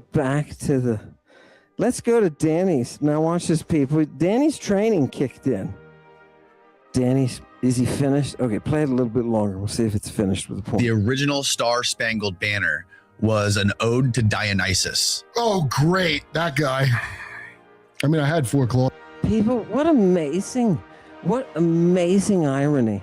The fool, F-O-O-L, who stands on the stage to make you laugh, does not realize that the stage was forged from a language and a tradition that also gave us democracy, the scientific method, all of our advancements as human beings, everything that was humanitarian. It gave us a chance to stop the child traffickers, like the ones that this son of a bitch helped to put in office along with his buddy Joe. Do you understand? Are they going to go to the fight with Dana, with all the traitors? Are they going to go? Let's see. Let's see, people. I hear you're up for $1 billion. This man just knows how to make his investments. You know what I mean? That's what he's doing. Let's go. Oh, I can hear Danny. I can hear it. Danny? No, I'm going to give you a commendation, Danny. Right here. Where did he? It was, oh, God. Oh, God. 43. I hate how he does that. 4330. I wrote down crazy good because people, I want you to see something. You please help realize exactly the significance of this moment. Go ahead. There was one in Alexandria. So that's why the White House would have a Solomon temple laid out. The blueprints, the story of the ballroom. They brought in some Israeli architect to make it. I didn't know that. And the layout. Oh yeah, his name was Shalom, wasn't it? His actual name was Shalom. There was a real mitzvah to get Shalom on this one, and they laid it out like the Temple of Solomon. So that was. Is that true? The guy building Trump's ballroom is named Shalom. As I understand it currently, but I could be wrong. It's going to be the base for like Stargate, which is not a space thing. How do we know what the Temple of Solomon looked like? Weren't we just talking There's about this? some. Well. There's no evidence for the Temple of Solomon ever existing. Oh, snap. Your whole joke was built upon a falsehood. Look, he's building the White House like the temple in Jerusalem. The Temple of Solomon, you mean that we have no evidence for ever existing? You mean that one? Now watch him. He's taken off completely. His lie, his cloak of lies that he wears, right? That permeates with the stench of deception. Look at that one. Oh, God. Underneath it. Okay, guys, sorry. My camera that I was using died. It was my phone wireless. Dude, he's got the rabbi with Metzger with the third temple. Did he actually say that the Solomon's temple was real, or did he just say that like there's like the designs, the architecture for a temple in the Bible? It's all greed. He's got his hairy, ugly ham body slathered with greed. People, watch what happens. It's not that, look, it's not that Neil didn't feel guilty, right? He expressed that to me. He felt guilt. When they brought the body out, he felt guilt. The fact is, in life you have to choose. And if you choose your greed, you become Pentheus. And you wear it. You wear it forever. This man that's sitting in front of you, who here is writing on the wall for you, he is full of emptiness and flatus, and he is advised by liars. Cretans, people. Are these people all Cretans? Now, for those of you who've actually read the Bible, which is not many, and that's why we're training, right, people? Right? All right. Madalena, is it good to know that you're now more well-educated than the chief comedians? It's not a big deal that I eat Steve's wife's. No, keep that to yourself. I'm talking about Travis Kitchens. All right, guys. He wants you to be in a central. That's about all for me tonight. Because he I'm gonna studies go get it. ready for bed. Thank you for the Connect donos, quickly. guys. Thanks for hanging out. Come. Do you know what's happening with Cliff? Do it again sometime. See you guys tomorrow for the stream. Have a nice night. Sweet dreams. Don't let the bed bugs bite. Oh. Wow, none of my intros are playing. That's weird. There we go. And it won't start. All right, we're just going to close it out then. Good night. I hope you enjoy your evening.